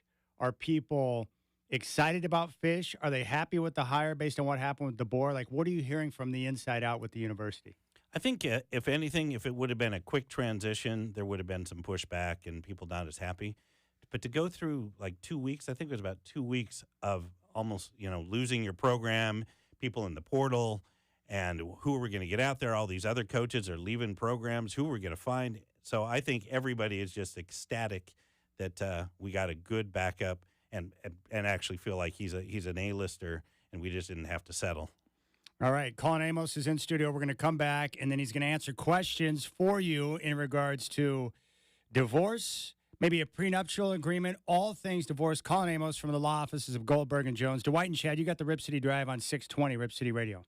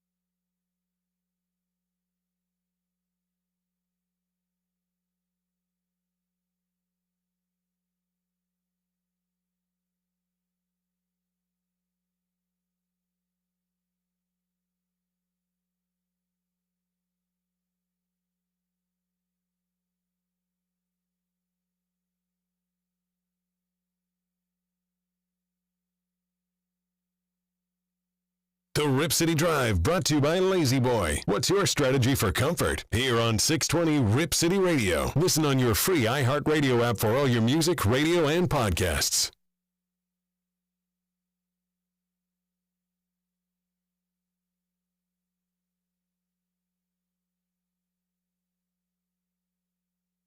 All right, Rip City Drive with Dwight and Shag. Colin Amos from the law offices of Goldberg and Jones. Our good friend is in to answer your questions. And we'll start with this, Colin. It says, I appreciate your time with Dwight and Shag. With 2024 beginning, I'm curious if there are any new changes to divorce law and custody or if everything remains the same. Anything new for the new year? There are. I actually had to go back and look. Because pretty much everything stays the same, divide by 2 and, custody and visitation, best interest of the child and that kind of stuff. But I went and I looked at legislative changes for 2023, at least for Oregon. And one that I found to be humorous, although I don't know if your listeners would find it that humorous, but it's this bill expanded the eligibility for domestic partnerships under the Oregon Family Law Fairness Act to partners, of any sex. And basically, you could only have a registered domestic partnership if you were a same-sex couple. It discriminated against if you were hetero and, had mixed up. You couldn't have a registered. And I thought that was funny. So they had to clarify that, no, anybody can be, included under this. It says basically it removed the requirement that the domestic partnership in Oregon be 2 persons of the same sex. And allows an opposite sex couple to choose to be a domestic partnership rather than the marriage, which I just thought that was entertaining that there were special exceptions to allow it. And if you, because most people, quite frankly, most domestic partnerships are heterosexual couples because there's a lot more of them and they're living together just like same-sex couples. So apparently now it's fairness. And the same thing goes back to what you've talked about before with those type of domestic partnerships. You have to be cognizant of what you're doing and how long you're going to be living with someone because eventually the courts will look at that like a marriage. That's right. So you got to be real careful. People think, well, we're not married. Well, it's a domestic partnership. And what happened, and this is the reason that they had this for same-sex couples, because they were discriminated against because they couldn't get married. Yeah. Sure. So they said, okay, we're going to create this domestic partnership. And then certainly when marriage became legal, was hijacked by heterosexuals who were like, well, we act like a married couple when we didn't get married, so I want to use this law. And so you're right. Be careful when you're residing with somebody. You almost need some kind of a cohabitation agreement so that you don't create these legal entanglements. So when you break up 5 years later and she doesn't come after half the house or the retirement or things like that. Would the cohabitation agreement be the same as a prenuptial agreement? Yeah. Exactly. It's a cohabitation. We're going to live together, but here are the rules of how we're going to live together. And, just like a prenuptial, but you don't have to do a prenuptial if you're just cohabitating. All right, here we go, Colin. Here's the next one. One more thing. To answer the second law change, actually one that's more serious, is that the restraining orders, because, you get a restraining order in domestic violence, and there's a lot of those, especially after Super Bowl and New Year's. And so these restraining orders, it used to be they would go into effect and be in effect for 1 year. They've now expanded that. Now it's in effect for 2 years. So it's a pretty big deal if somebody goes down and gets a restraining order. It affects your right to bear arms, hunting, or anything, firearms, as well as the restrictions it puts on it. And violations can be criminal. So that's the big one. 2 years now is the standard. And they're probably doing that to help the victims, right? Absolutely. Who have continued to be harassed by someone. Absolutely. Okay. Because you used to have to extend it after a year. If you felt like you were still vulnerable, you could file to have it extended for another year. So now it's 2 years. So nice. Anyway. All right. Colin, I've heard from multiple friends over the last few weeks that they're getting a divorce. Is January a busy month for divorce, or is this possibly a product of the holidays being the final straw in a relationship? It's not based upon actual data, but certainly we are busy in January because people are just trying to get through to the end of the year. Because you get through Thanksgiving and you don't want to blow up the relationship with kids are involved, so you're gutting it out. And then you got Christmas, and so people are trying to get to that end of the year.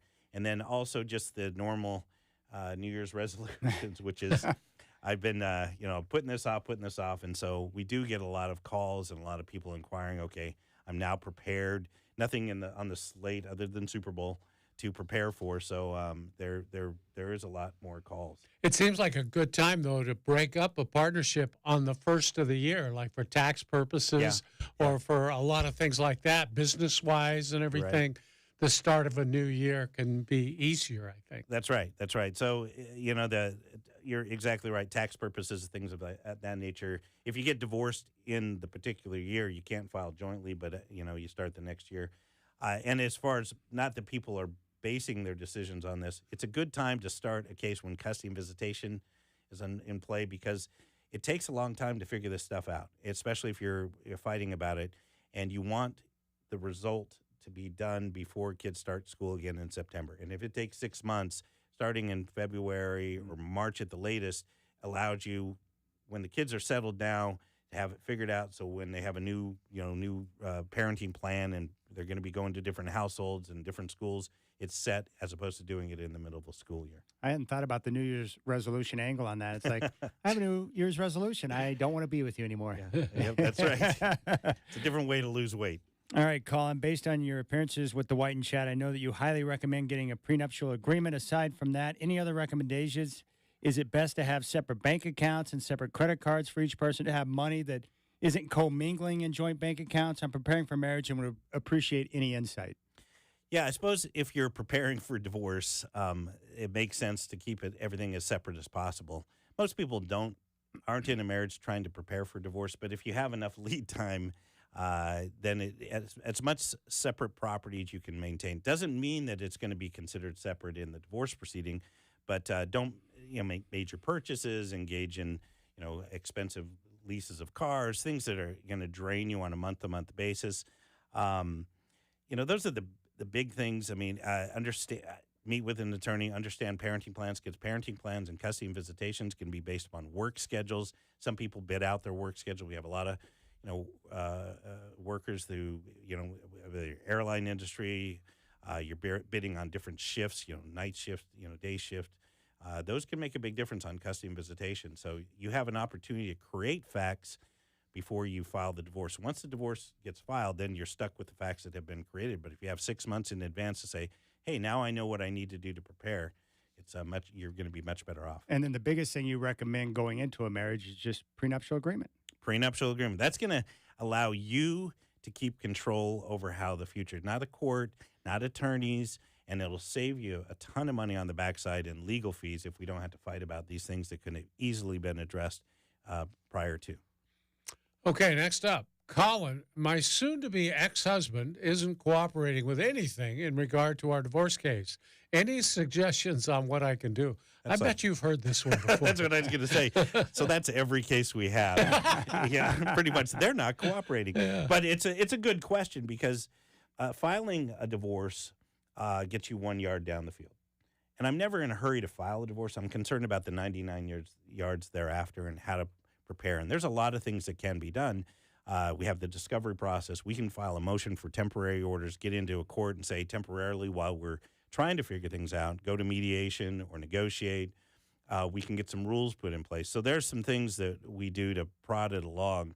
But ultimately, if they're not cooperating, you can do motions to compel on production of information. We can do temporary orders hearing to get before a judge and say, hey, we need this temporary parenting plan or temporary child support or temporary spousal support or allocation of financial responsibility, so we can at least set that up. But ultimately, if they're not cooperating, that's what trial is for at the end. But 98% of cases do settle throughout the process, so you just got to keep on it and keep pushing. So the court will apply pressure, which is probably better than people taking matters into their own hands. That's right. That's what the restraining orders, the matters in the hand, we have restraining orders. We're talking with Colin Amos, who is with the law offices of Goldberg and Jones. He comes in every month to answer your questions. If you have any questions for Colin, just call 1-800-DIVORCE. There's no charge for that call, and he can answer all of your questions and get you pointed in the right direction no matter with what you're dealing with. Next question, Colin. What issues make your job more difficult when handling a divorce case? Well, we thrive on difficult cases. That's where people spend their effort, and quite frankly, that's the most expensive case. But the issues that make it difficult for the clients, I mean, we'll resolve anything. That's what we're good at doing. But parenting plan issues, allegations, false allegations, allegations of abuse, allegations, where somebody they were trying to use it as leverage because they're so angry that they're willing to allege alcohol abuse or drug abuse or physical abuse or mental abuse. I really feel bad for the individuals that have to go through that and deal with and fight those false allegations. But those are the difficult ones on custody and visitation. People who own their own businesses, that's a real tough one because the other side doesn't believe that that's your income because nobody really wants to pay the taxes that they should pay. And so when you look at somebody who owns their own company and that's their adjusted gross income, well, are those deductions really the deductions of those personal expenses? So nobody believes anybody's income. And so you'd have to do a lot more work to say, no, legitimately, this is the income or this is the valuation of a company. So those are just difficult things that we deal with every day.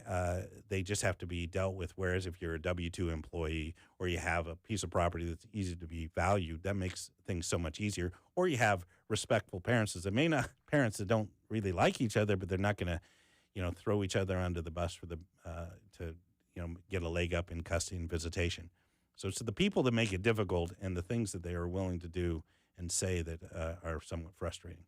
I can't imagine how hard it must be to untangle. You talked about somebody owning a business and their deductions and all that stuff. I mean, how do you ever get all that stuff straightened out? It takes some time. We bring in experts. So for business valuation, we bring in business valuation experts, which is really great. We, at least at our firm, we have quite a few attorneys that are very astute and financially and can read a not only just a tax return, but the profit and loss statements and things, so they can actually understand it. There's a lot of divorce attorneys. You'd be surprised that they get all this information about a business and they're looking at it and they nod their head like they know what they're reading and they understand it, but they don't understand what's going on. So you really want to make sure, especially if you have more complex financial matters, that whomever your attorney is really understands it or has tools. We do forensic accounting.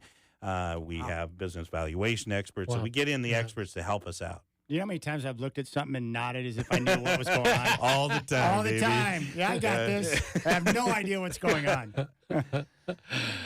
All right, next one. Colin, if the ex of the party you're representing has a lawyer, do you communicate with them? Are there negotiations that take place? Can you explain the process for me? So I assume that this person is saying if they're not represented, do you negotiate with them? Obviously, if we were their attorney, we would negotiate with them. But yeah, if you want to be your own attorney, then you're the one that's going to have to negotiate with their attorney. You can still talk to your spouse and try to negotiate things. But the problem we see a lot is people represent themselves, a lot of guys, I got this, right. the chat effect. I got this. Don't worry. I can figure this out. But they are talking to their soon-to-be ex and thinking, we've got this figured out. Well, the attorney is not getting the same story from the ex. And so they're putting the pressure on. They're setting their court dates. They're setting their settlement conferences. They're sending in their memos to the court. And you think, we're 99% settled. And the attorney says, that's not at all what I've heard from my client. And now you're under the gun because you haven't kept up on the legal side. So you got to negotiate with both parties and make sure that you're on top of it with your negotiations and that attorney. And then if the other party does have an attorney, you'll communicate with that attorney, I would assume. Yeah, if we're representing the client, we cannot communicate with the other individual. We encourage our clients because, we're trying to settle the case. Yeah. Always talk with your wife. But what gets a lot of guys, and I'm sure happens to women too, is they're talking to their spouse and say, we got to figure it out. And then I talk to the opposing counsel and it says, that's not at all what I understand, and we're doing this. And then I go back to my client and says, I'm sorry, you think that. Maybe she's just telling you one thing and her attorney the other. And they get somewhat upset. No, we've agreed. I'm like, I hear you, but the opposing counsel is not getting the same story from the spouse. So you got to make sure you're on the court side that you got your I's dotted and T's crossed and you're negotiating properly. But always encourage negotiation from both sides. All right. Final question for you, Colin. Unfortunately, my ex found text messages between me and the lady I'm having an affair with. Ouch. That doesn't sound good right there, Chad. Wow. Let's end the show right there. Yeah, that's right. Will this cause me any harm or damage in divorce court? So the way I answer this, because I hear these things, I got this and I got this videos that come out. I got this coming out, and she got into my emails and pictures and sexting and all the things that people do. Legally irrelevant. Really? Yeah, legally, it's irrelevant. It's a no-fault state. If you're having an affair, you're drink too much or whatever, your wife and you can get a divorce, and it's just not relevant. Court doesn't want to hear about it. However, it's so much more difficult to negotiate with a very angry, soon-to-be ex because they're upset because you had that affair or you did this or you drank too much or whatever it is, whatever the dysfunction is. Legally, court says, great, I'll solve all your problems. You don't have to be married to him anymore, but it can make it more difficult to negotiate that deal. Oh, gosh. It's the way it is. You went through my phone? No. No. You found what? Well, the other thing is discovery. At the beginning of a case, you have to supply all your information, and we say, we just need the last 3 years' worth of your credit card statements. They're like, well, the credit card's just in my name. I said, I know, but you got to, it's required to be produced. Well, I don't want them to see what I've been spending money on. I'm like, I'm sorry, but it's got to be produced. I'll just take all the debt associated with my credit card. So there's a lot of disclosure that's going to happen in a divorce, even some that's forced like this where you didn't want, but also legitimate that can be embarrassing. I'll tell you what we need. We need 1-800-DIVORCE, the television show. So when you shut it down and retire, you can take all the stories that you have, which I'm sure are unbelievable. Oh, yeah. And then change the names of the parties involved to protect the innocent. That's right. And then you could have these shows, and I bet people would be enthralled at like, no way, that went down? People don't realize how crazy it is. You know, all the stuff that they come up with, the fiction, It's not doesn't even hold close a to candle. reality. Not even. It's kind of like those operating surgeons that Yeah. of all the stuff they find, you know, when they're operating, people come into the ER. You know, they just sit down and tell you about an hour of all this crazy stuff that happened in the ER. It's the same thing in a divorce. Yeah, proceeding. in fact, I talked to an ER nurse once, and she told me that there was a guy, and she worked right over here in Portland. I think it was over at Legacy, but a guy drove from Seattle all the way to Portland because he had, let's just say, misplaced a dog toy and needed it to come out, but he didn't want to do it in the city close to where any of his family members were because he didn't want anyone to know, so he drove down. And, Oh, that's funny. and- So they were pushing on the stomach to feel where the squeaker was? yeah. Yeah. It's yeah. like, That's- uh-oh. Uh-oh. I'll pay for this out of pocket. Let's not go through insurance. I think you need to get together with the trauma nurses. You guys can come up with all sorts of crazy Oh, stuff. yeah. It's a trade-off. All right. So 1-800-DIVORCE is the telephone number. You can check out the website, goldbergjones-or.com. But what Colin does, and I would encourage any of you men or women out there who are considering divorce, call 1-800-DIVORCE. You'll answer everyone's call. That's right. And you may advise them that they definitely need an attorney. Maybe they just need some questions answered. You can point them in the right direction. But most important, at least you can provide a compass for which direction they need to start, which is key. Most of the people I talk to don't need to hire an attorney, but they certainly need a reliable advice because your buddy telling you what happened to him in the divorce is not where you want to get your advice from. So just give me a call and let me Your just... boys are not reliable in that category. They care. They care. Yeah, But and they can send think you- they know something. Oh, yeah, they do, Right? especially after a couple of beers. But Yeah. no, just give me a call and I'll set you straight. All right, 1-800-DIVORCE. Colin Amos here in the studio. You're the best, man. Good luck with Jed Fish. Oh, I yeah. think it's a good hire for Washington. I'm looking forward to that. All right, and good luck this weekend with Championship Sunday, baby. Thanks. It'll be great. All right, we'll come back and we'll keep things rolling. We got to talk more football, and Colin will join us once again next month. You got the Rip City Drive with Dwight and Chad.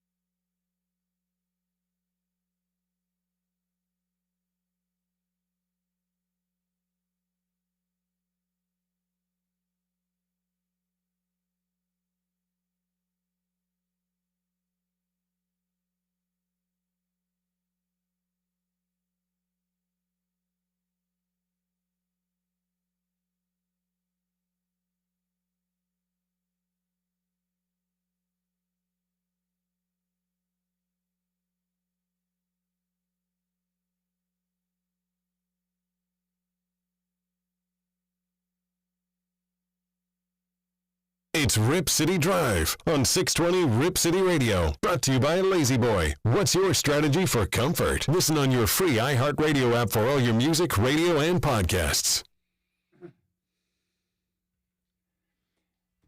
All right, Godfather, let's talk a little bit of coaches, Harbaugh and Belichick. From everything I'm hearing with Jim Harbaugh, the Chargers want him. Yeah. And he makes obvious choices for a variety of different reasons, and we can get into that. From my understanding, it's not everyone in the building that says, hey, we definitely need Jim Harbaugh. There's some, what's that called? It's not when everyone's on board, what do they call that? Unanimous. Not a consensus, or is not unanimous? It's probably consensus, but not unanimous. Yeah, it's not unanimous. And I think the reason why is that the problem is when you hire Jim Harbaugh or Bill Belichick, what you got to commit, meaning there are people inside of the building right now who have power and control. Mm-hmm. But the problem is when you make the commitment to Jim Harbaugh, everyone loses a little bit of power and control because Jim Harbaugh is going to demand that he have the final say on basically everything. Yeah. That comes with the territory. But here's the great thing about Jim Harbaugh and why it makes so much sense. The Chargers are very sensitive to the idea that they're a cheap franchise. That's the perception. They don't like it. They also hate the fact they're in a town where they're back page news. Yeah. Which is reality because you've got Hollywood, you've got the Lakers, the Dodgers, the Clippers, the Rams. Everyone else is more important than you are. You're an afterthought in a town, and you play in the same building where the world champion Rams also play football. If you hire Harbaugh, you solve both of those issues instantly because you can't hire Harbaugh and still carry the label of cheap because you got to pay a lot of money to bring him in. Mm-hmm. And then you instantly become relevant because you hire Jim Harbaugh, who's got ties to the area, and he's won everywhere he's gone, and you're bringing in a coach that just won the national championship in Michigan. It makes too much sense. But here's the area that I'm uncertain of, and maybe you've got thoughts on this. Here's the part where it gets tough for a franchise that may be cheap. It's not just the 15 to 20 million you have to pay Harbaugh. Yeah. He's also going to demand top dollar for his assistants because he's going to want the best staff possible working around him. Yep. Then he's going to take a look at your facilities, and he's going to want top-notch everything when it comes to facilities, when it comes to your sports science, when it comes to nutrition. So it's not just paying Harbaugh, but all the other upgrades that he's going to demand from your franchise to make sure that if he takes over the job, he can do it exactly the way he wants. And for a franchise that's not used to that, that can be a big chunk to bite off, right? Yeah. Here's my theory on this whole thing with the Chargers, Chad. I think, and somebody told me the Chargers are going to interview like more than 15 people for this job. They want to talk to everybody, which I respect it to a degree. You want to find out what's out there. You don't want to miss somebody. And then you just want to gather information about your own team because every guy you interview is going to tell you what's wrong with your own team. Yeah. That's smart to hear that too. But what I hear is they're going to just keep interviewing people. They're going to want Harbaugh, but they're going to make it last so long that Harbaugh takes the offer back in Michigan, which is being prepared for him there because they don't want him to leave. That he'll just leave, and then they can tell everybody, we wanted Harbaugh. Well, you wanted him, but did you really want to spend the money to get him? Well, that's going to be the key. If he doesn't end up in L.A. with the Chargers, then the question will be, you've got to understand, okay, why is that? Because there's certain details within the negotiation. Because, again, like I said, they may have been willing to pay Harbaugh whatever price he wanted, but were they not willing to pay for assistance and all the other upgrades he wants? Yeah. Like, that's going to be critical. You got to know the answers to that. Was Harbaugh's demands unreasonable, right? We won't know what some of those details are until after the fact with the negotiations. Of course they'll be unreasonable. That's just part of the package. All of these guys make unreasonable demands to see if they can get them. But I'll say this. You mentioned something earlier. People don't want to hire him because you have to give him total control. All right. Don't hire him then. Because if you hire him, you want to give him total control because he's won every place he's been when he's had total control. Why would you want anything less than that? Let him pick his players. Let him draft his players. Let him do all that stuff Because if he's a happy man, he's coaching the way he wants to coach, I think he's going to win for you. Well, the bottom line there is it's because not every ownership group wants to win. You know as well as I do that that's not the top priority for every ownership group. Yeah. Some do. Some winning is the main priority. But for some, it might be profit. It might be having power and control. You know, every owner is different in terms of what they prioritize. And Chad, if in this case, we have to make a guess on this. What would your guess be? I would think this is a franchise that's in a position not only to want to win, but kind of have to win at this point. Yeah. Or they become pretty irrelevant. I think they're going to get this done, and I think Harbaugh will become the coach of the Chargers. Because I think Harbaugh desperately wants back in the NFL. He knows he can go back to Michigan, and they'll pay him, and he'll get whatever he wants. But I think he wants back in the NFL because I think he wants to win a Super Bowl. He's driven. He's at a different level than most guys. So he's motivated to win, and he wants to be challenged. And I think he knows if he goes to the Chargers with the roster they have and the quarterback that it's just going to be a matter of time until we figure it out and get it right.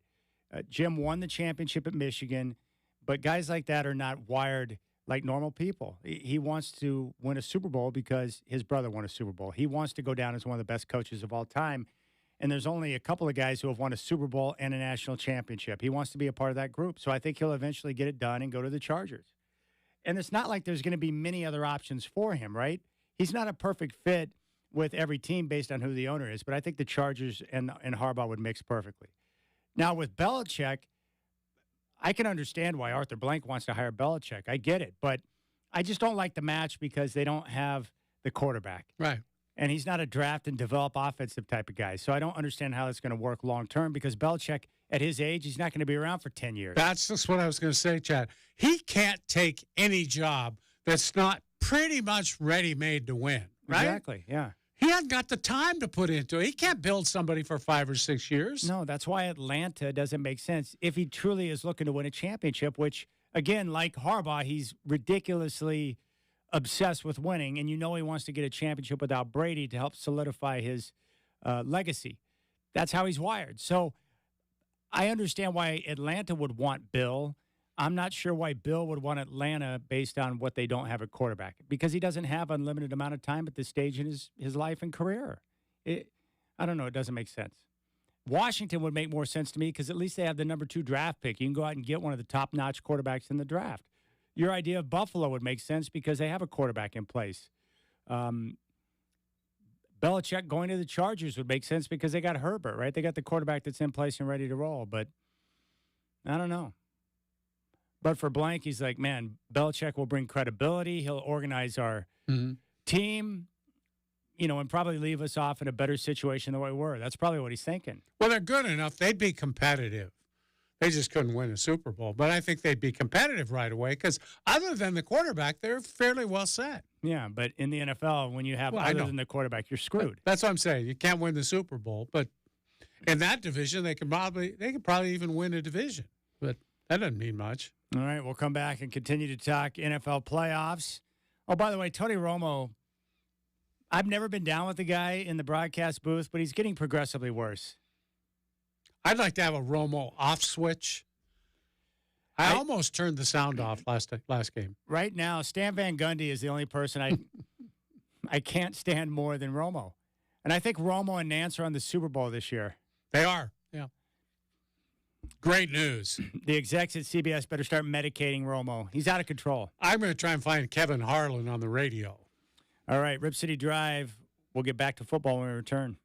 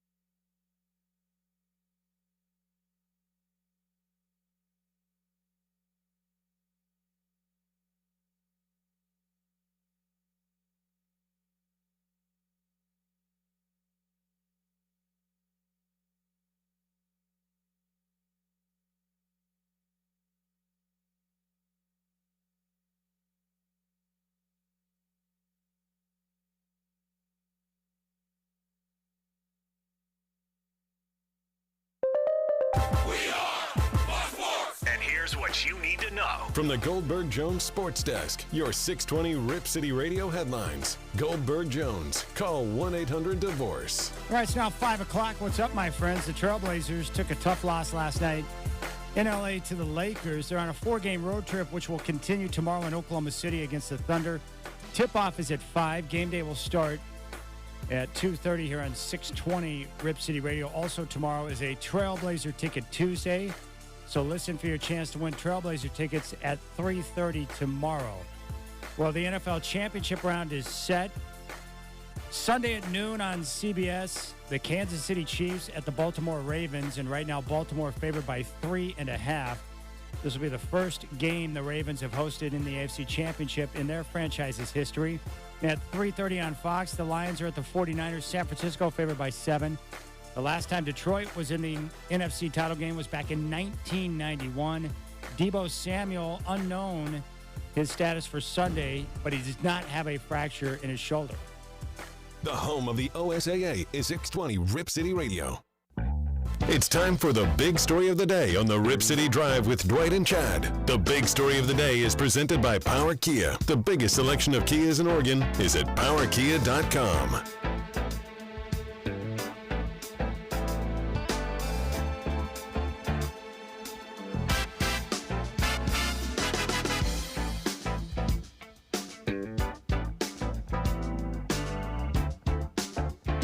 You know, Godfather, I saw it last week in that victory that Kansas City had over Miami. They played a different type of game where it was cold. They knew Miami wasn't going to be adjusted to those temperatures. And they really went out and I think discovered something about themselves and what they are this year as a team. They ran the football. They were physical at the line of scrimmage. And they put Mahomes in a position to where he could make some plays, but they leaned on the run game. And they got the receivers to make a few plays and develop some confidence. And it spilled over into that first road game from Mahomes in the playoffs that we saw yesterday in Buffalo. They were the more physical team. They were focused on running the football and having balance on offense, and then they played clean football. Aside from the fumble from Harmon, I was impressed with Andy Reid's play calling and just the mindset of the Chiefs to go in and play physical football in a game where Buffalo knew they had to be the aggressor and be more physical, and Kansas City got it done. What a job. They're so impressive with their ability to adjust to whatever they need to do to win games. In fact, Andy Reid's known for his halftime stuff, where they'll go in at halftime and turn a few things around and change a game. But their versatility really impresses me, how they're able to do things like that. Not a lot of teams can be. They were known as a finesse, basically a finesse team for a while with that passing game and everything. And now all of a sudden you're running on people, you're grinding on people. It reminds me, Chad, of the great basketball teams. And I asked Jack Ramsey one time, I said, what do you want your team to be?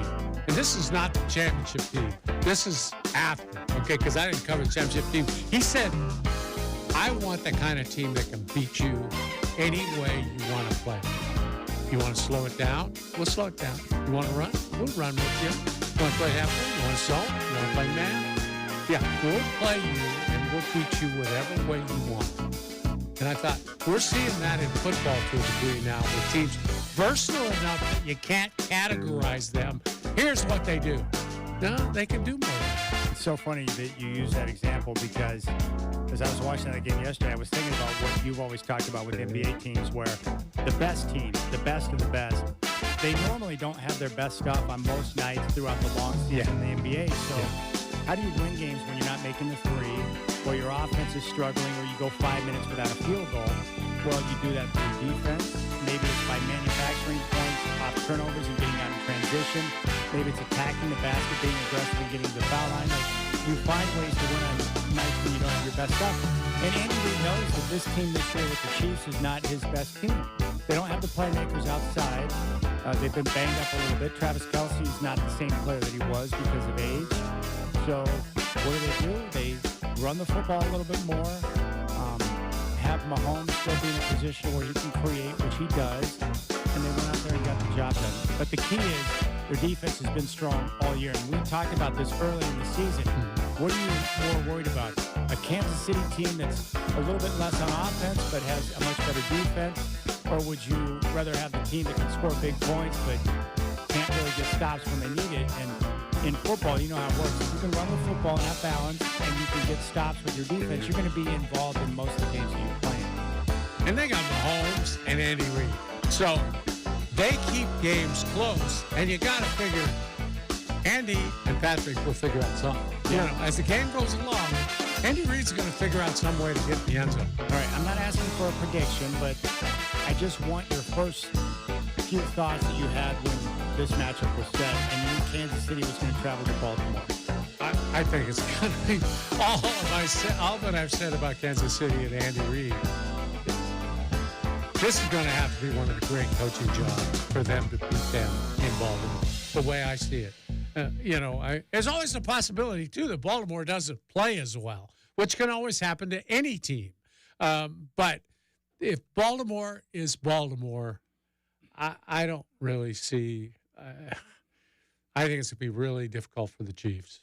Yeah, going into that game yesterday, I love Kansas City because massive coaching edge, Andy Reid against Sean McDermott. Mm-hmm. And Patrick Mahomes is better than Josh Allen, and the Chiefs' defense is better than what the Bills put out there. Yeah. So I knew that Kansas City had the edge in that game.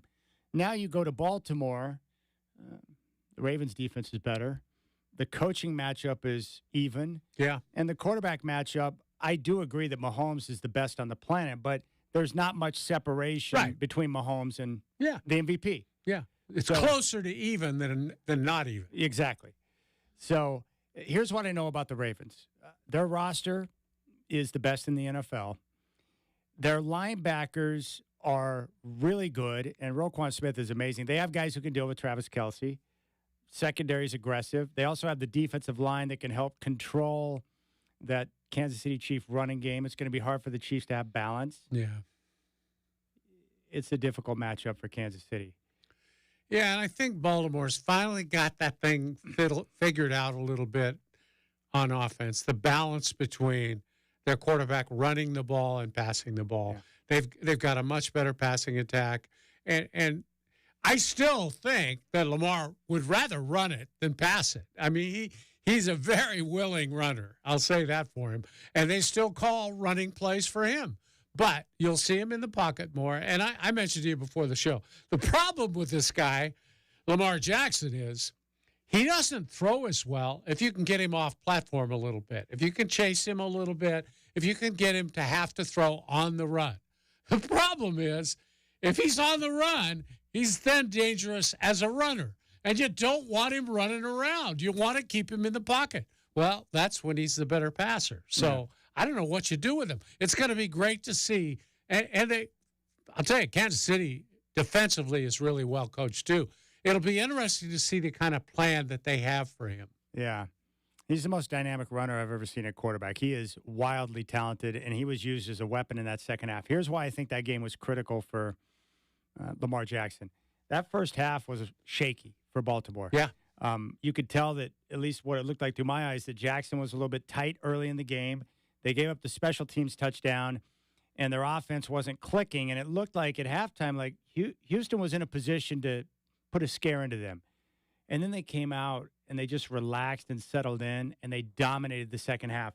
My guess would be that that was really huge for Lamar to kind of get some of the doubts about the playoffs or playoff Lamar out of his mind, and he'll probably play even better against Kansas City because he was efficient in the pass game, but he was terrific in the run game. He's a deadly weapon. And then when you look around the field, they may get their tight end Edwards back. Yeah. But Zay Flowers has been a big difference for them because he provides speed and playmaking. So there's really no weaknesses on the offense. And they ran it for over 200 yards. So they've got great balance themselves on offense. They're just a nightmare to defend. And if you haven't seen them, and then you get a look at Lamar, I mean, you think you know until you see him on the field, and you're like, this guy's a different animal. He's a problem. Yeah, the other thing, if this was the traditional Chiefs where, I mean, let's say 2 years ago, you figure, well, they're not going to stop Baltimore, but they might be able to score with them. Yeah. See, this team, I don't think can score with them either. No, Baltimore's defense is too tough. Yeah. It's going to be a tough matchup, but Andy Reid and Patrick Mahomes are a dynamic duo. I can't wait to see what Andy Reid's able to come up with. They got beat up pretty bad against Buffalo, so the health is going to be a factor. The Ravens are pretty healthy right now, and they've got a deep, deep roster, which is going to, I think, be an advantage for them. So I'm excited about the matchup. The other game, what was some of the first couple of thoughts you had about Detroit and San Francisco? First couple of thoughts I had is I'm not totally buying into the big outcry over Detroit.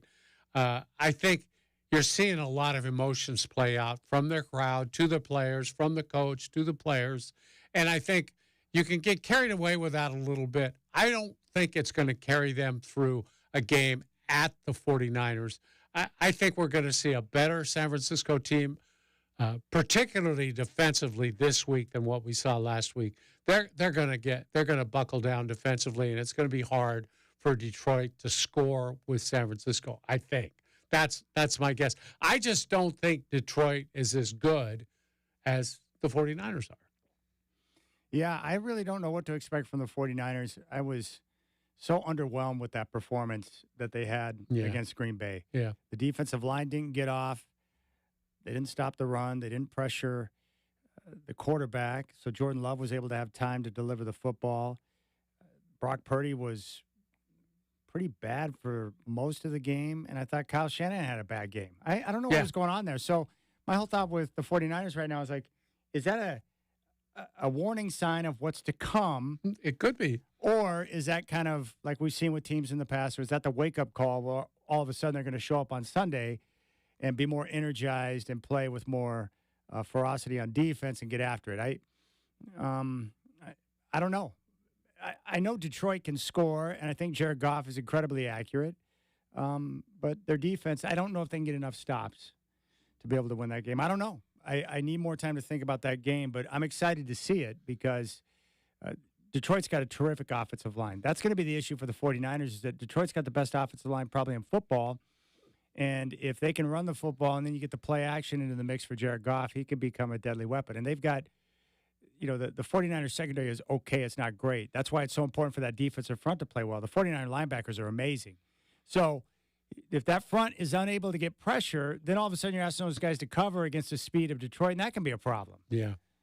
So, but I think the 49ers, I would expect them to win. They're playing at home.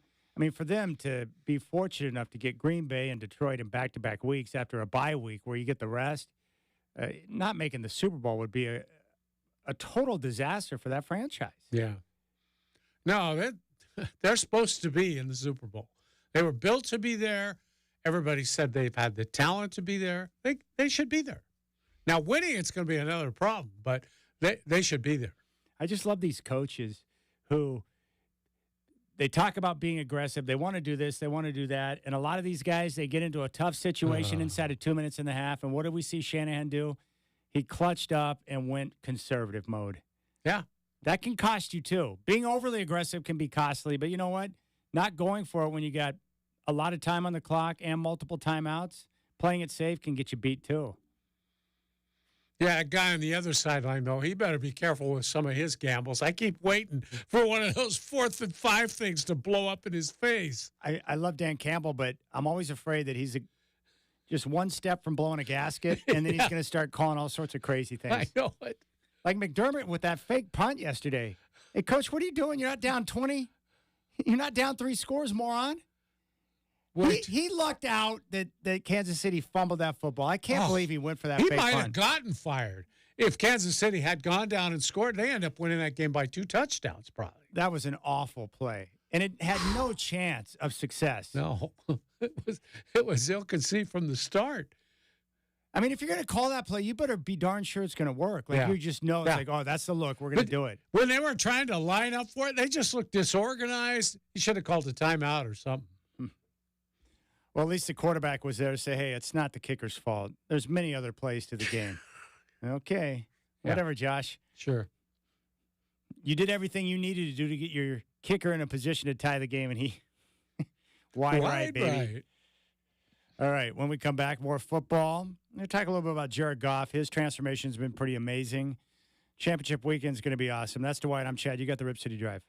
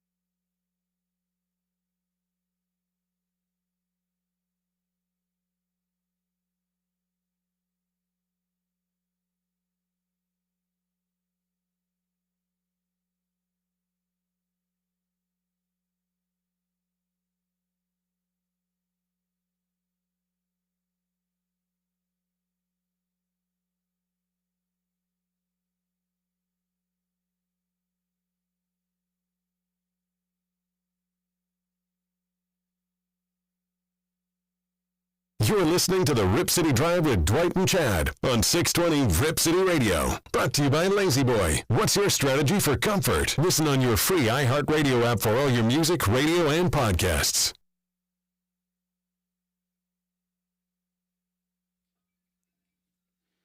All right, Godfather, let's talk about a couple of the losing teams from this past weekend.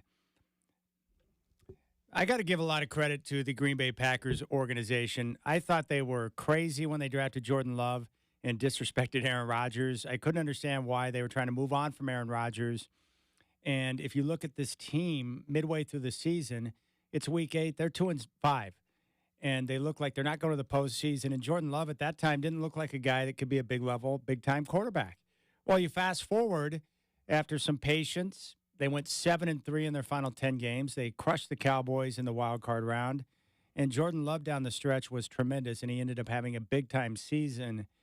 And I think it's a good reminder to all of us that, sometimes it just takes a little bit of time for young players to get it. They need some time to grow and get out there on the field and play. And then all of a sudden, once it clicks, you're dialed in. So I think Jordan Love is, if you're a Packer fan waking up today with Jordan Love as your quarterback, you feel pretty good. But I'm most impressed with their head coach, Matt LaFleur. When he first came in, Aaron Rodgers had some of the biggest statistical seasons he had ever had in his career, the offense and the way he was able to play.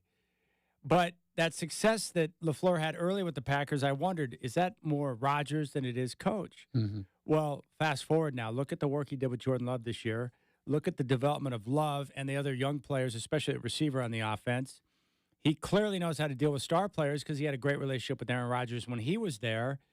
And he appears to be a guy that the players believe in. So a leader of men, knows how to work with the big-name guys, can develop young talent.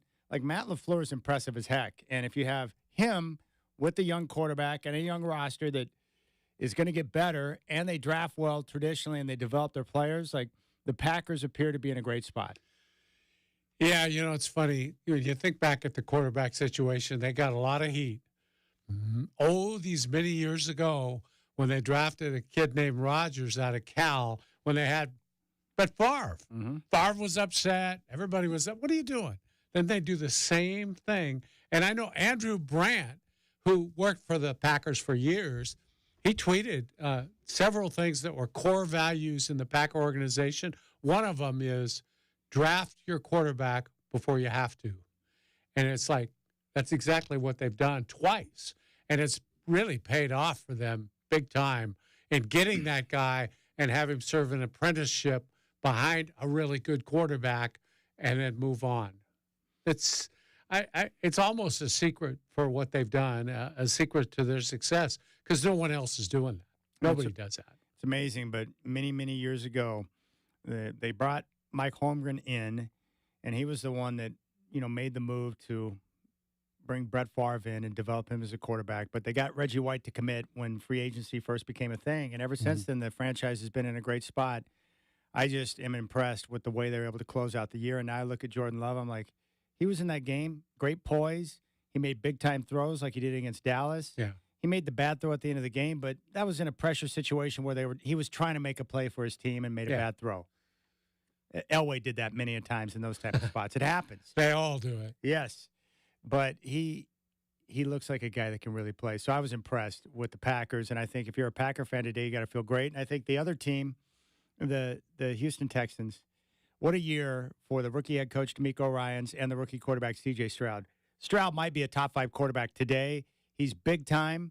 But even in that game against Baltimore where they were overmatched, DeMeco Ryans had a good game plan, and they played a good game for the first half. And then it came undone in the second half, but they were prepared. And he had that team basically in a tie game right there at halftime. They just didn't have enough in the second half. I was impressed all throughout the year. But now if you're the Texans, you've got a bunch of cap space going into the offseason. You've got your draft capital. So they can go out and augment their team in free agency because they got money to spend, continue to draft well. And with DeMeco Ryans growing in his role and C.J. Stroud continuing to improve from year 1 to year 2, I think if you're a Texan fan, you wake up this morning feeling pretty good about the direction of the franchise. Well, when I saw DeMeco Ryans on the sidelines as a head coach, and I'd seen him there as a coordinator, as a head coach, first thought, this guy's got charisma. Yeah. You could just see he's just, bleeding charisma. And the players feed off that. Oh, man, do they ever. That's a real valuable skill in a leader. And you can read it on this guy. He's a bundle of energy. He's positive. He's communicative. This guy, I think, he's got it. I think, Chad. Sure looks like it so far.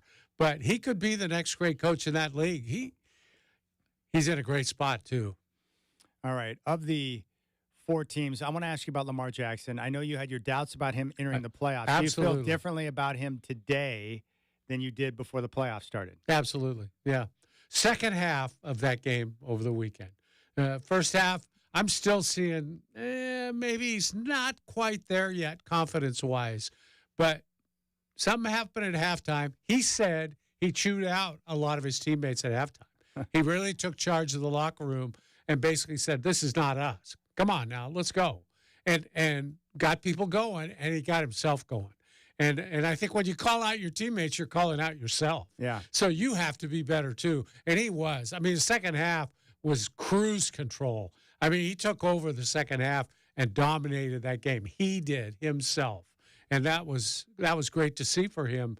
Yeah, I'm afraid he's on his way now, Chad. I don't know if anybody's going to stop them. Man, he's so tough. I would guess they would never admit this, but don't you think that the Lions and the 49ers are pulling for the Chiefs? Oh, gosh, yes. They don't want to deal with the Ravens right now. No, they're really hoping for an upset there. Lamar Jackson is so unique in his skill set and his talent that he's very difficult to game plan for. Yeah, I don't know what you do. And his legs are dangerous. He runs with a purpose. It's not fair. Just not fair. Man, I love the connection he has with his coach. His teammates clearly respect him. I like the way he works. I like him. I'm not a Raven fan, but I really admire Lamar Jackson. Chad, do you think in the future we're just going to see more and more of these mobile quarterbacks, and that pretty soon, if you don't have one? I was thinking about this last night. Jared Goff might be the last pocket quarterback taken number 1. Yeah. Those guys just aren't around anymore. Yeah. All the other guys who have been taken are guys who are, mobile and can move around because that's, I think most people believe you got to have someone that can move a little bit because of the way defenses play and the pressure and when things break down. And especially with so many teams that don't have the offensive line quite figured out, it's nice when you have someone that can improvise when called upon. By time. Yeah. Like even Mahomes yesterday, he had a killer scramble run down the sideline, which was a big first down. His ability to avoid the rush and step up in the pocket and unleash a football downfield. Josh Allen was incredibly mobile yesterday. Allen is a unique runner, too, at his size. Like that one play that he ran it into the end zone, he just put his shoulder pads down and just rammed a bunch of guys and went in. I know. It's like, what are you doing? He did. I don't know how you He's can do crazy. that. He's strong. He's a big kid. So I think Brock Purdy can run a little bit. And I think of the guys left, the 4 teams left, Jared Goff's the only one who's not, a guy who can move a little bit. Purdy picked up a big first down on that final drive with his legs. He did. My guess is with Purdy, he would make more plays with his legs, but I think he's operating under a different type of pressure because he knows that his head coach will not stand for any type of improvisation. Don't improvise. He's not going off the script. No. He's not ad-libbing a lot. Unless he has no choice whatsoever. I think Lamar Jackson, my guess would be, don't you think when you coach a guy like Lamar, it reminds me of the whole Randall Cunningham situation in Philadelphia for years, right? They wanted him to become a pocket passer. Mm-hmm. And they were trying to put restraints on him, but yet Randall was at his best when he was running around, buying time and making plays with his legs because he was such a unique athlete. My guess is with Lamar, you just got to – you try to coach him up to handle certain things a certain way, but at some point it's like, do you? Yeah. Oh, there's nothing wrong with that. No, You's working pretty well right now. But Lamar's also different than every other quarterback I've seen. Well, he's just better, But the other guys do the same thing. They just don't do it as well. I mean, they're not as gifted. I think the key is, and I saw this with Elway over the years, where when you can use the mobility to not just take off and run, but use your mobility to buy a little extra time to find the open receiver downfield. That's when it becomes a lethal combination. Well, Because then you get the defense guessing. Yeah, but they never used to let quarterbacks do that. I mentioned I heard Steve Young today say, "Man, I'm really enjoying watching quarterbacks do what they wouldn't let me do 20 years ago, or however many years ago it was."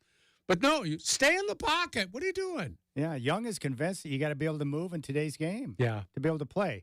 Montana, I've heard him recently. He's like, no, the game's always has been and always will be determined by the pocket, right? Yeah. And I guess at some point you've got to have that ability. Stand in the pocket, deliver the football on time and on target. Mm-hmm. The key for Lamar Jackson is never going to be the perfect prototypical Joe Montana delivery from the pocket. But what they're doing is that they're getting more out of him in the passing game and still allowing him to be deadly with his legs. So I guess they're making the best of what they have in Lamar. Don't you think, too, Chad, there's a little bit when you say Montana, the West Coast offense guys are going to be a little more resistant to that because they were brought up almost robotically, 1, 2, 3, go. Yeah. You know, just their three-step drop Ball and out of let the it hand. go. Yeah. Yeah, and you're throwing to an empty spot on the field a lot of times, and the receiver will get everything's in rhythm. And that's not what these guys are doing. Yeah, that's why Sean Payton just can't or has no desire to work with a quarterback like Russ. Russ is at his best when he's improvising and moving around. Creating. Sean Payton's like, look, I create the play. I just need you to run it the way I designed it. Yeah, I'm the script writer here. You're just the actor. Yeah. Read the lines. That's why if you're going to have a quarterback like Lamar, and this is why I respect Harbaugh and what they've done with the offense over the years since he's been there, that you have to fully commit to playing that style of football. What they've done is they've been able to craft and create a physical run game so they can still run the football and have that type of mentality. They allow Lamar to run, and they design runs for him, but also allow for the creativity and the freedom to take off and scramble when needed. They've worked with him in the passing game so he can be a more effective passer, and he has been. They've surrounded him with the right playmakers. So Harbaugh, it's interesting. He can still have his mentality and the way he wants to play, but they've found a way to allow for the unique creativity of Lamar. And I like that. It's fun. I've never seen anything like it. But maybe for Brock Purdy, maybe it's best for him and his skill set, since he's limited in his abilities. We're going to surround you with great playmakers. Debo, Christian McCaffrey. We got Kittle, the tight end. You get the football where I want you to put it, and those guys will do the rest for you. And that helps a guy like Purdy, who doesn't have the natural physical gifts of a guy like Lamar Jackson or Patrick Mahomes, to go out there and be able to succeed. And Patrick Mahomes is the same way. I'm sure Andy Reid has certain designs for how he wants things done, but some of the arm angles that Mahomes throws from, some of the flip passes, I'm sure it gives Reid, makes his heart skip a little bit, but at some point it's like, dude, he's so good, you just got to let it roll. Oh, yeah. He learned a few years ago, just ride with that. Ride it as long as you can. Yeah, it's fun. This weekend will be good, but I was impressed. Even with the losing teams this weekend, Baker Mayfield, props to him. He had a good playoff run. I thought he played fairly well yesterday against Detroit, put his team in a position to have a chance, and they just couldn't get over the hump. But he played well. I like him. I like his moxie. He's maturing a little bit as an individual. But I agree with what you were telling me during the break, that teammates will play hard for a guy like that because he's tough. He's one of them. He's a football player. He is. He's not a kicker. He's not Tyler Bass. No, he's not. Dude, the Bills fans, I was amazed by two things yesterday. The Bills fans crying, visibly upset in the stands. They were distraught. Oh, I know. That's bad. But Jason Kelsey, the brother of Travis Kelsey, I was in awe and still am in awe of Jason Kelsey. To be in a box with Taylor Swift and then wind up outside of the box, shirtless, hanging out with fans, taking pictures, cheering for your brother, chugging beers, and holding up little girls so they can show their signs to Taylor Swift and say hi to her. I was like, this guy's a man of the people. Amazing. He's probably the most stereotypically football player ever. Yes, he had back hair. You didn't need to know. You just look at the guy and say, that guy's a football player. He's acting exactly like you expect football players to act. He is an offensive lineman. That's amazing. Shirtless, drinking beer, climbing around, out of windows, goofing around. Hey, can I say hi to Taylor? Sure, come here. And just lift you right up there. Amazing. I've never seen anything like it. That was truly cool. He was having a good time. Oh, yeah, he was. Do you think Travis, his brother, has back hair like he does? Dayton Taylor? Probably not, right? Well, if he does, he gets rid of it forthwith. I mean, that's gone right away. It doesn't last long. Shirtless in Buffalo outside of the suite. Chad, how careful do you have to be with your personal appearance and all sorts of body odors and everything else if you're dating Taylor Swift? Everything. How you smell, how you look, any type of back hair, unwanted hair, your breath, how you kiss, how you make love, every single thing you do knowing that if it goes sideways, it's going to wind up international news because she's going to make songs about it. Yes. Yeah. And every teenage girl in the country is going to be singing that song right along with her. Yeah. And buying all the music. And they'll know everything about all the intimate details of how you didn't work out for Taylor. That's incredible. The great thing is about the Kelsey brothers is that they don't care. And there's got to be some type of an appeal to Taylor to have a guy like Kelsey. It's like, yeah, whatever. I play football. I'm a man's man. Yeah, I think right from the start, he's shown her that he's not intimidated. He doesn't really care what she thinks. He's going to be himself. Like you said, man's man. And I think that probably really does impress her. Because how many guys does she date that are themselves? They're all trying to put something on. They're all right? fraudulent. Yeah. They all got their, they're trying to keep up their image or whatever, With football players, it looks like the Kelsey family, like none of that stuff's going down because they'll call you out on it. I can't imagine what that household was like when they were teenagers.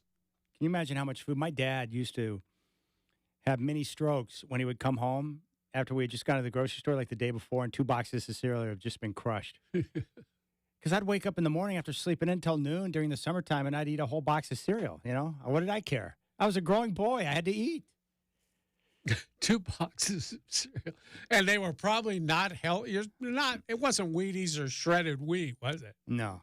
What's it? No, my favorite thing to do. Count Chocula. Yeah, my favorite thing to do at that age was to take like Fruity Pebbles and Cocoa Crisp or the Cocoa Puffs? Yeah, Cocoa Puffs or the little Cookie Crisp. And I would just mix them all in I would get a big bowl and I just hammer it down. It was awesome. Yeah.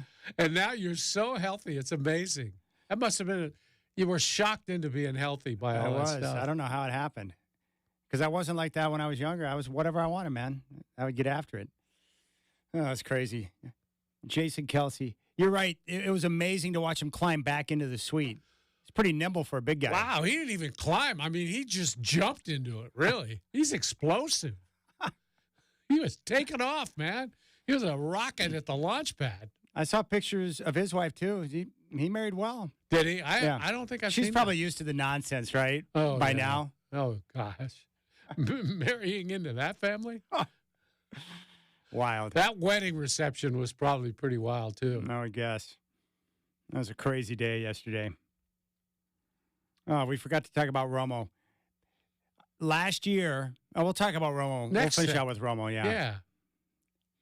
He requires more time than we can give him right now. He's lucky that Jim Nance appears to be in love with him because if not, Nance would drop him. For some reason, Nance is in love with Romo. Not good. Romo's out of control. All right, you got the Rip City Drive.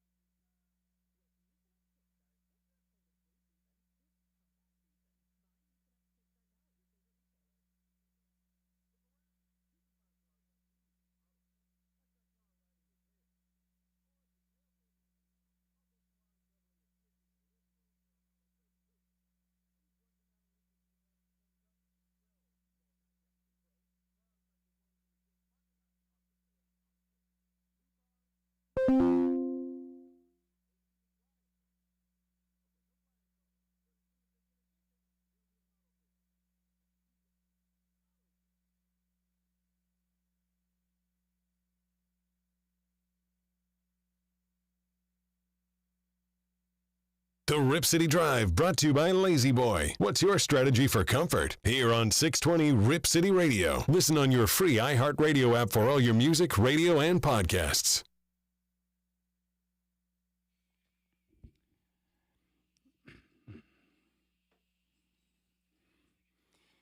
All right, Mika just reminded me one of the best parts about Jason Kelsey running around without a chest yesterday in Buffalo, without a shirt.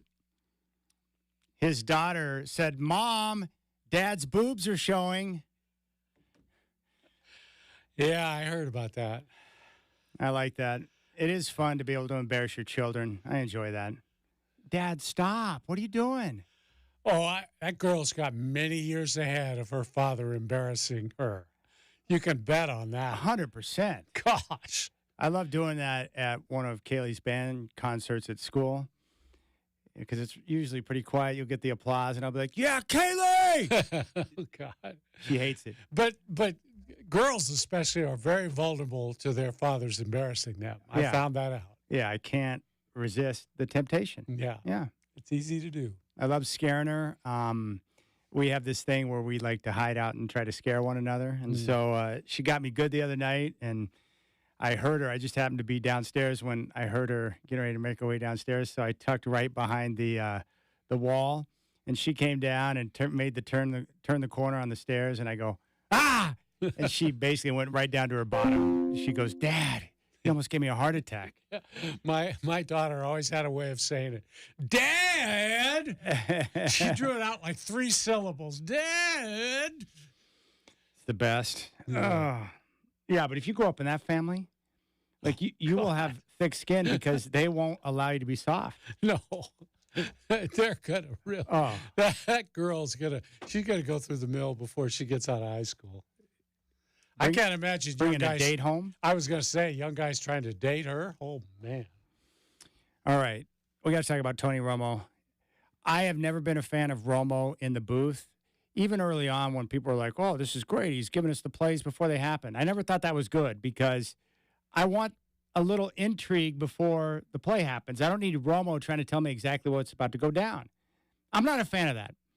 But progressively over the course of time, we've seen him become weirdly excited. He uses a lot of the same words over and over again. He talks over Jim Nantz. And I know that last year, after the season was over, that the CBS execs, they had a meeting with Romo. They were concerned about the direction he was going. And so I don't know if they tried to medicate him or if they've been medicating him. Medicating him? But he's been a little more reserved. But he was really rough in the broadcast yesterday and in the previous week with Buffalo and Pittsburgh. And we get this guy for the Super Bowl. But I just can't take too much Romo, man. It's too much. Yeah, he has a way, like you said, of saying the same things, but he'll characterize people. He's the best coach in the league. He's the best guy in the league. He'll say that about 5 different people in one game. Yeah, this is the greatest guy ever, or whatever. This is the biggest third down of the game. 10 times. Oh, yeah. Well, we're going to look back and see this is the biggest play. And it's something like in the second quarter, 3rd and 8 or something. Yeah. Give me a break. Yeah. And then Tyler Bass goes out there and misses the kick. It's like, no, that was the biggest play right there, Romo. He went wide right. I do remember him stepping all over Jim Nantz's calls. Was it last year that he did that? You mentioned that. It was last year when the Bills opened up that game against Cincinnati when Hamlin was getting the reception, right? Because he was back out there and the fans were going crazy. And Nantz, like a true professional, is trying to let things breathe a little bit, and Romo couldn't control himself.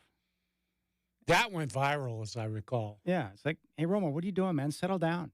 He's like a crazy dog that needs attention. It's really bizarre. So we'll see how things continue to shake out, but what do I know? I thought Phil Simms did a terrific job with Nantz, and no one liked Phil Simms. Yeah, I liked him too. Yeah. Because he was reasoned, he was calm, he wasn't crazy. I mean, Romo, that first year, he was a media darling. Yeah. All the big-time critics loved him. They thought he was great. Yeah. Well, he's still not as bad as Stan Van Gundy. I cannot believe that they continue to roll that guy out there. It's like, are you kidding me? I don't much like QB Brown, to tell you the truth. I know everybody's revered, but I never have liked it. I didn't like him 30 years ago. Is he still calling games? Yeah. He Somebody's is? got him.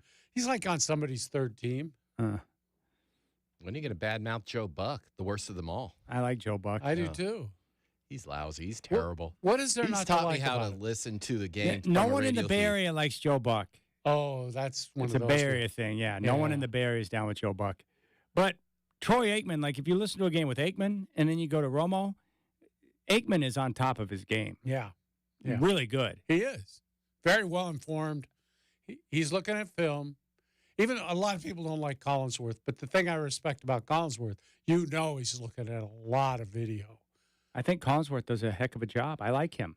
Did you know he's the Pro Football Focus? Yeah, he's like the money behind that company. Yeah. And so, I mean, that shows you the dedication to analyzing video and stuff because that's what that company does. Yeah. I also think that Greg Olson does a phenomenal job for Fox. Yeah, he's good. I just sometimes he's a little bland for me, but I don't know. Well, how do you feel about his partner, Burkhardt? I like him. Yeah. I mean, I was concerned for them after Aikman and Buck took off to ESPN Monday Night Football. Yeah. But after hearing them and then seeing the job they did in the Super Bowl, I was like, okay, these guys are good. Yeah, they're pretty good in baseball too. Burkhardt is. Yeah. Yeah, I like them. I just don't. I like most broadcasters. I really do. I know a lot of people have issue. I like Reggie Miller calling NBA games. I don't have an issue with that. A lot of people hate Reggie. Yeah, I've always been down with Reggie. Most broadcasters I like. I was never a big fan of Hubie. I think Hubie's really smart, and he informs me of a lot of things. I learn things from him when I'm watching a game. But I was a big, I enjoyed, Billy Cunningham and some of the other guys that work with Stockton over the years on CBS. Tommy Heinsohn was great. I always thought it was amazing that they allowed a former Celtic on the national broadcast. He was a homer, too. He loved the Celtics. Yeah. Yeah, so I like most broadcasters, but there are ones that when they are bad, they jump out at me. Like Tony Romo. He's bad. Do you ever listen to Rex Ryan on that ESPN Sunday morning show? Yeah. Loves the Detroit Lions right now. Yeah. All over him. All over him. Because his kid's on the coaching staff. I like Rex. He's good on that show. He entertains me. He is. Yeah. He's not afraid to express an opinion. I like that. No. All right, we'll keep things rolling. Tomorrow, no Rip City Drive, early Blazer game with game day starting at 2:30, tip-off with the Oklahoma City Thunder at 5. So Justin Myers will have you taken care of in the morning with Rip City Mornings at 6 o'clock. Big thanks to Colin Amos from Goldberg Jones for joining us, and a big thanks to Michael Shacker for engineering the program. Thank you, my friend. We will talk to you tomorrow. Have a good night.